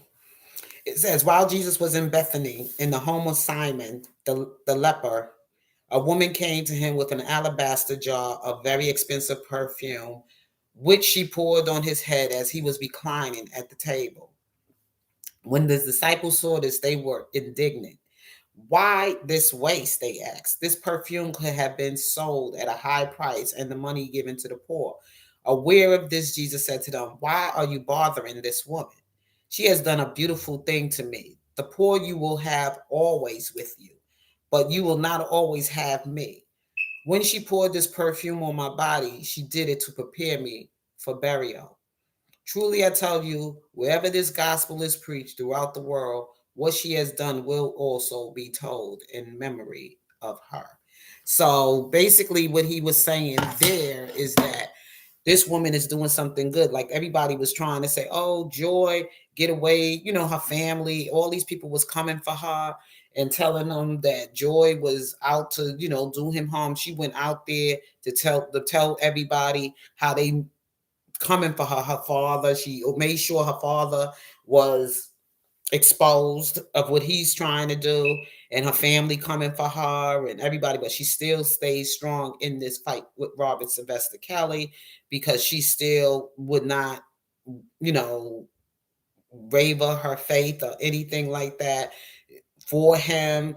She done something good for him and everything. Like I said, she done something good. She even came out publicly, even when her account for her Patreon account was being messed with, and she came out and she said, "Look, I'm telling you, I'm not going to betray him." She came out publicly and did this publicly. She didn't have to come out and say nothing. She made her statement and she went on her way because she knew who was out to betray him, who was out to do him some harm. And she, just like this woman came to Jesus, she knew who the enemies were, who was out to do him some harm, because you see, they were trying to get her out the way. And you see how they was trying to shut Joy up. They was trying to get her out the way, making these open up these fake accounts and hijack her Patreon account, that Azarel Clary. Then you notice she came back for Joy and went there to the house and everything to try to agitate, instigate a fight with Joy, provoke Joy to get in a fight with her, and then use this against Joy, saying that Joy attacked her because she was also saying Joy was also sleeping with her because she was a minor and Joy was older, and she just keep bringing Joy's name up. She even bringing Joy's name up even while she's on the witness stand, saying all this stuff that Joy was. She still putting Joy in it. She says it was Dominic and it was Joy, and then he started doing some more favor for Joy, and then ignoring her and not giving her as much privileges as he was giving Joy to do. And she was getting mad about that. And even to the point where he was arrested and taken into custody, she still wanted to cut Joy out of, you know, everything, telling him, "Oh, I got some stuff to tell you about Joy. You don't need to have her come on this day and let me come. I don't think you should be having her come, blah, blah, blah." But making it look like Joy was the culprit when it was really her. And she feels she had more of an upper hand over his head because of the simple fact that she was supposedly been the youngest and somebody that he was sexually involved with at that age. But then now her truth is starting to come out that she was 17, but her parents made her continue to seduce him. Her mother was calling and pretending that it was her that was calling him. He wasn't taking any interest in her, so they told her to go even harder, to get his attention. And then before Robert Sylvester Kelly ever really got involved with you, from what I heard from one of the testimonies that were told, from the notes that were taken for the people that were sitting there listening to the testimonies from the trial, they said that this person said that Robert Sylvester Kelly had them carded twice, and with the IDs being they profiled and everything, like he had documents, some got away, got in for without being ID'd or whatever, because it was just so many coming. They couldn't keep up with a lot of people that were coming into these, to be around him, and they weren't ID, because the simple fact is, because these people were so many, they just let some get by. So she could have been probably one of those who was able to get by. And then, of course, the police officers did come to the hotel, the Dolphin, whatever hotel she was staying at in Florida at the time when Robert was giving his concert out there in Florida. So she made sure her mother got on the phone and said, when she was carded by the police and everything, when she was in his room, that she was 18, and her mother confirmed that she was 18 on the phone. So they left it alone. If her parent is saying that it's okay, she know what her daughter is at age, she is legal, she's an adult, whatever. So who they gonna say? They're gonna say, "Okay, mom, then hey, if that's your daughter and you say she's 18, well, da da da da." I'm hoping and praying that to confirm that story, that whoever that officer that was on duty at the time, they can investigate and find out who he was, and when he came to the hotel room, get all those who did the wellness checks and everything to see that she did come and say, and she did show ID that she was 18 and said she was 18 years old. I don't know if they're going to do that or they already done that. I don't know if they even had these people be actually interviewed, or they went in front of the grand jury to give their testimony. I don't know. Maybe that's something they wanted to skip over, because then they wanted to get him so bad they don't want nobody to testify that she did lie. She did lie, and they knew she lied. Anything that they can try to hang Robert Sylvester Kelly with without getting true witnesses and people to come forward and say they know that she lied.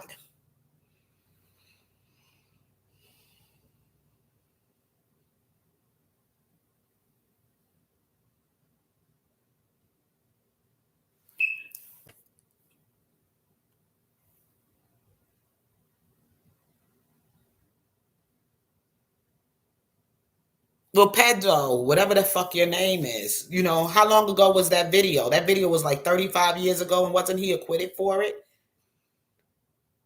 That shows you how much you've been doing your investigating. But you know what, Pedro, don't come back here, okay? Because you know what? The devil is a liar. The devil is a liar. I do have a mod, but they don't be here as much. So pedo, whatever your name is, remove. That's nobody but the devil. But right now, devil, I am so confident in what I'm saying. So ain't nothing you saying is going to shake my faith. Okay. Good morning, Afonso.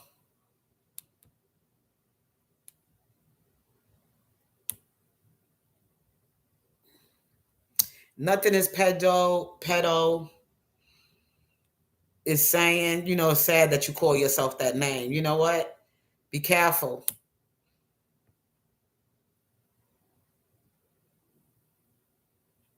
Sweetheart, you don't know nothing about that pedo protector.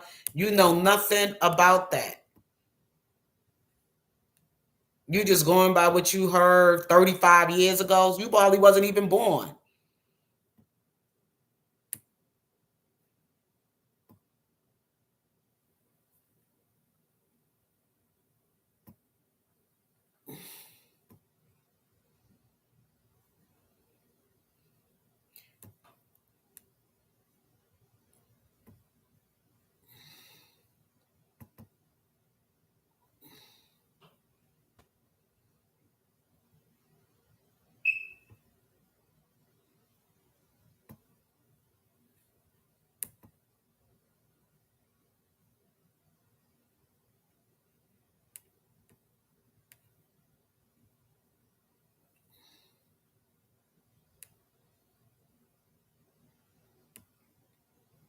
This person here.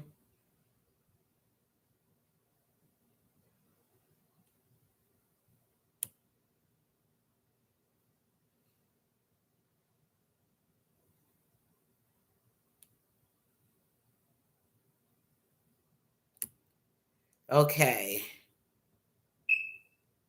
I'm going to add a moderator.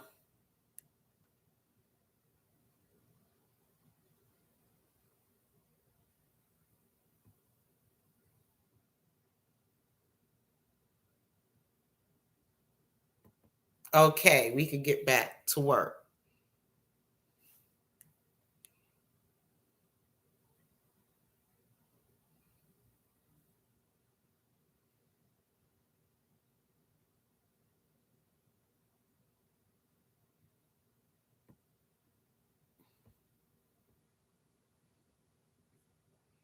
Okay, Alexander, I'm going to add you.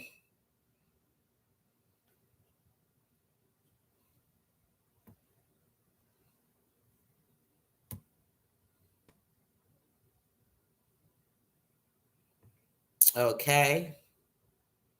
I just added you. Hiya, child.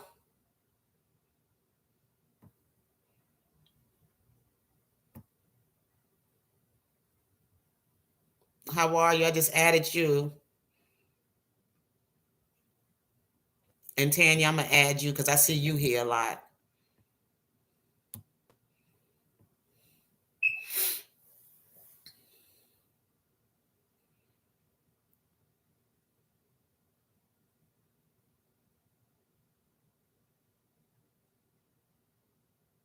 All right, I got some moderators. I got those. Let me see. Is Cheryl in there? Because I know Cheryl always come here. So y'all can keep these people out of my chat. Okay.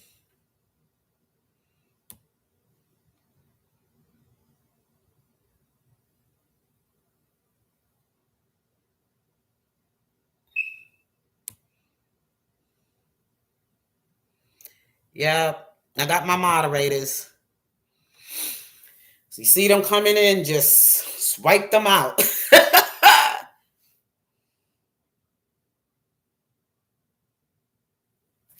That's what they are, Jay. That's what they are. A bunch of feminist women.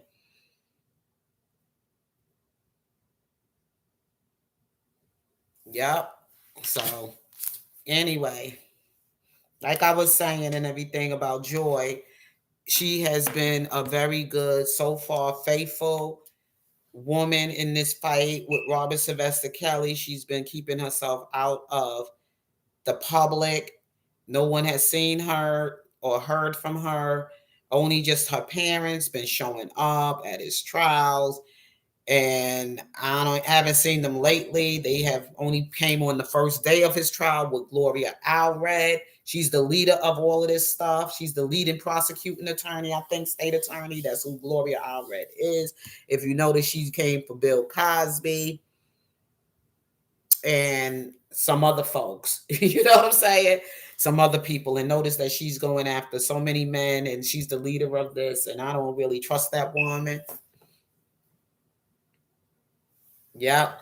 So all of you that got your wrenches, I'm glad you here because I saw you here. See, I couldn't add moderators right away because I really didn't wasn't familiar with who comes to my lives a lot until now that I've been going live and stuff. Then I now get to know who's who, and just throw these people out of here that come in, these pedo protectors and stuff like that, because I know who they work for, and they're going to be trying to come in because they know my message is getting out there and it's getting to be very strong, and I'm very out there speaking the truth, and they're going to do all they can to distract me. But I know like I said, as long as I got Jesus in this fight with me as my commander in chief, I fear no evil. None of the evil that comes against me. I don't fear it because I know when I'm speaking through the Holy Spirit. It definitely is, Alex, a public lynching against the our Robert Sylvester Kelly. And I heard somebody even make the same statement, oh, he's a proclaimed king of R&B. He never proclaimed anything. People gave him that name. The people already consider him as a king because everything he touches turns to gold. Everything he touches is nothing but royalty. You know what I'm saying? His music is royalty. He's top in that category. So we gave him that name. He didn't proclaim it for himself. We claimed him as our king of R&B because nothing that man hasn't made has not been a hit for somebody. Even if it wasn't him singing it and whoever else made the song was hot. It went gold. It was one of the hottest playing songs ever. And it is sad that some people can't just recognize great talent. They just got to hate on great talent. Yes, there's other good R&B artists out there, but how many of them has really written their own songs and really have did it all by themselves? Even through some of the disadvantages that they have, this man with a disadvantage that he has been numero uno. Okay, even with his disadvantage and his lack of education or whatever he had, he still come out on top. He didn't allow that to stop him. And even going through this trial of his life right now, he still hasn't said a mumbling word. The last time we ever heard Robert Sylvester Kelly speak and defend himself was when he was on the Gayle King show. That was the last time we heard him speak publicly. And still, he has not mentioned no names of the people who are behind doing the criminal things to him.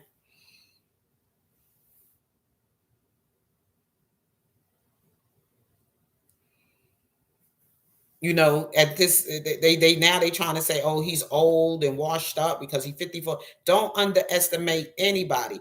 Even during the fight that had to go Joshua, they was outnumbered when they had to go fight against this other nation of people.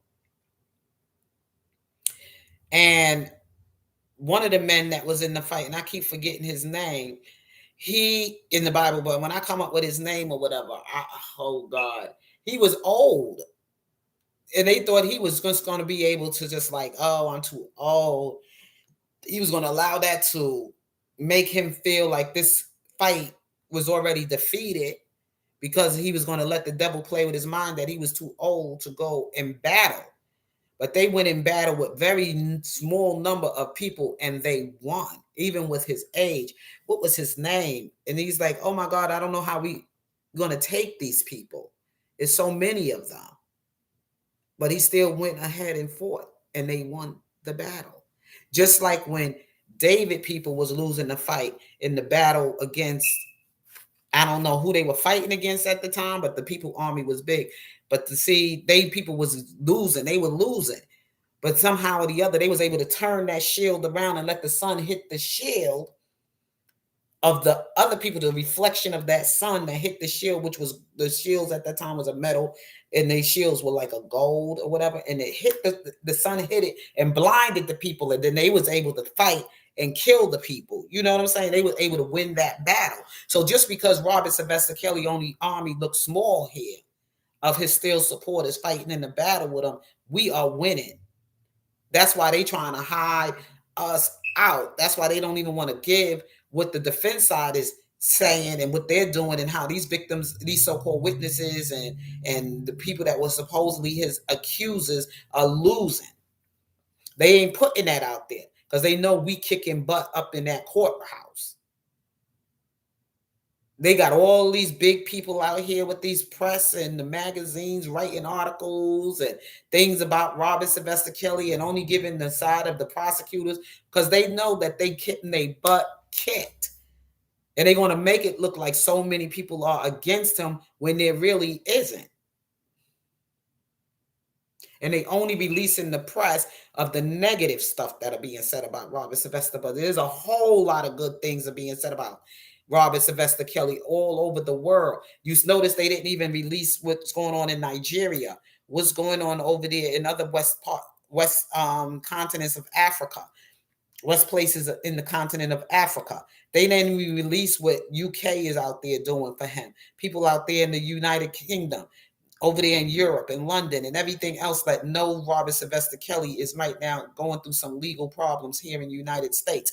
They know, and they not even putting that out there for people to see. But I seen it.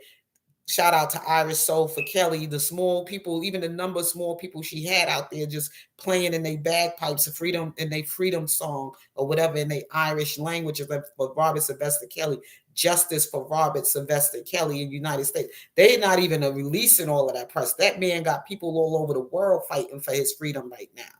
But the press is not going to release that because they want to keep saying he's a pedophile and making it seem like this man did take advantage of all these so-called minors. No, 54 is not old.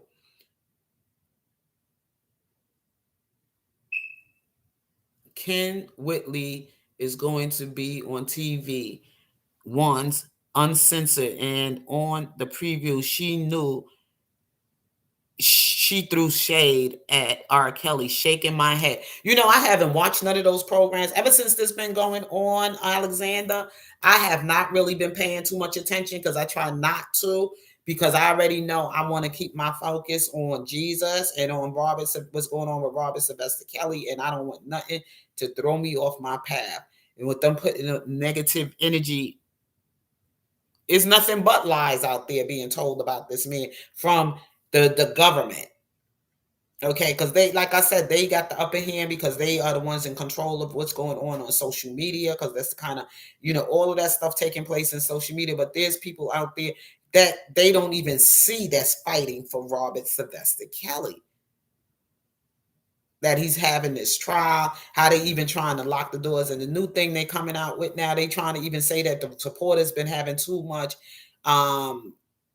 But they said something about the supporters. They said, disturbance. Okay, with the supporters, too much disturbance with the, now they trying to shut the supporters out from getting inside the courthouse. That's what the New York Times said. They said there's been too many disturbances and this continue. They're gonna have to, stop allowing them to come. And you can't stop people from doing that.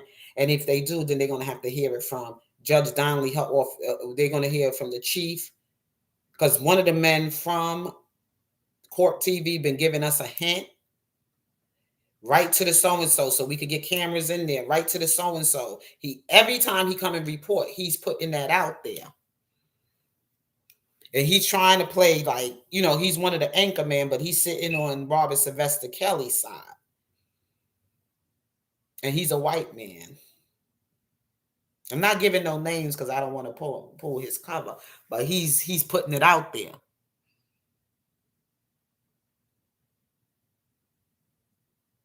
Yep. There's some people throwing us some hints, but you just got to catch on. Some are telling us what rights we have to do to order for them to allow the cameras to get inside the courtroom, the reporters to get inside the courtroom, and to get a photo of Robert Sylvester Kelly besides looking at that cartoon. At least if they're going to not let the cameras in, at least we can get some pictures of him.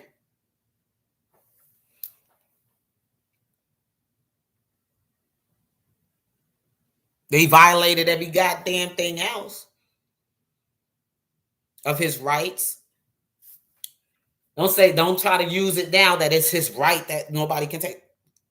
But y'all violated every goddamn thing else. Y'all took this man in your custody, and then on top of that, before trial and stuff, y'all wouldn't even release him on bond, and y'all also violated that because he had every right to have due process rights.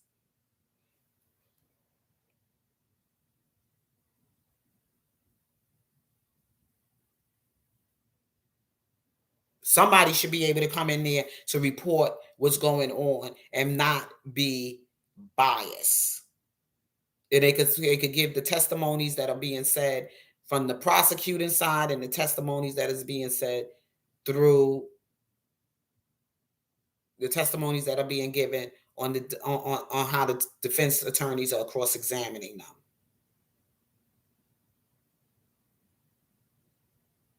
There's got to be a way.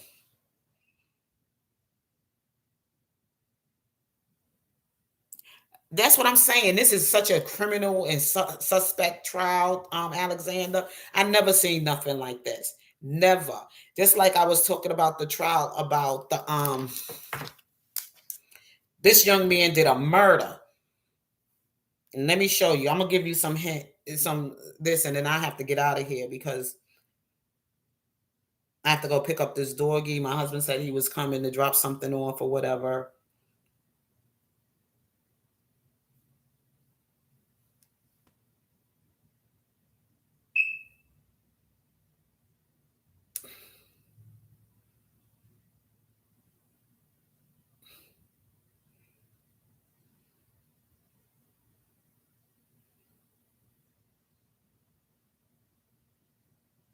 I can't even update this right now, but this is what I have to do. Oh, Lord Jesus.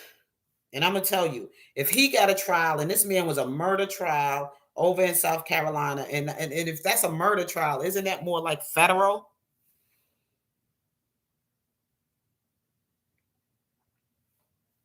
To me, that's federal.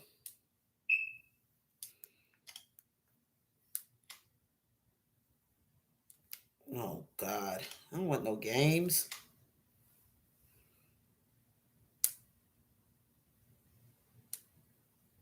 Mm-mm-mm-mm-mm.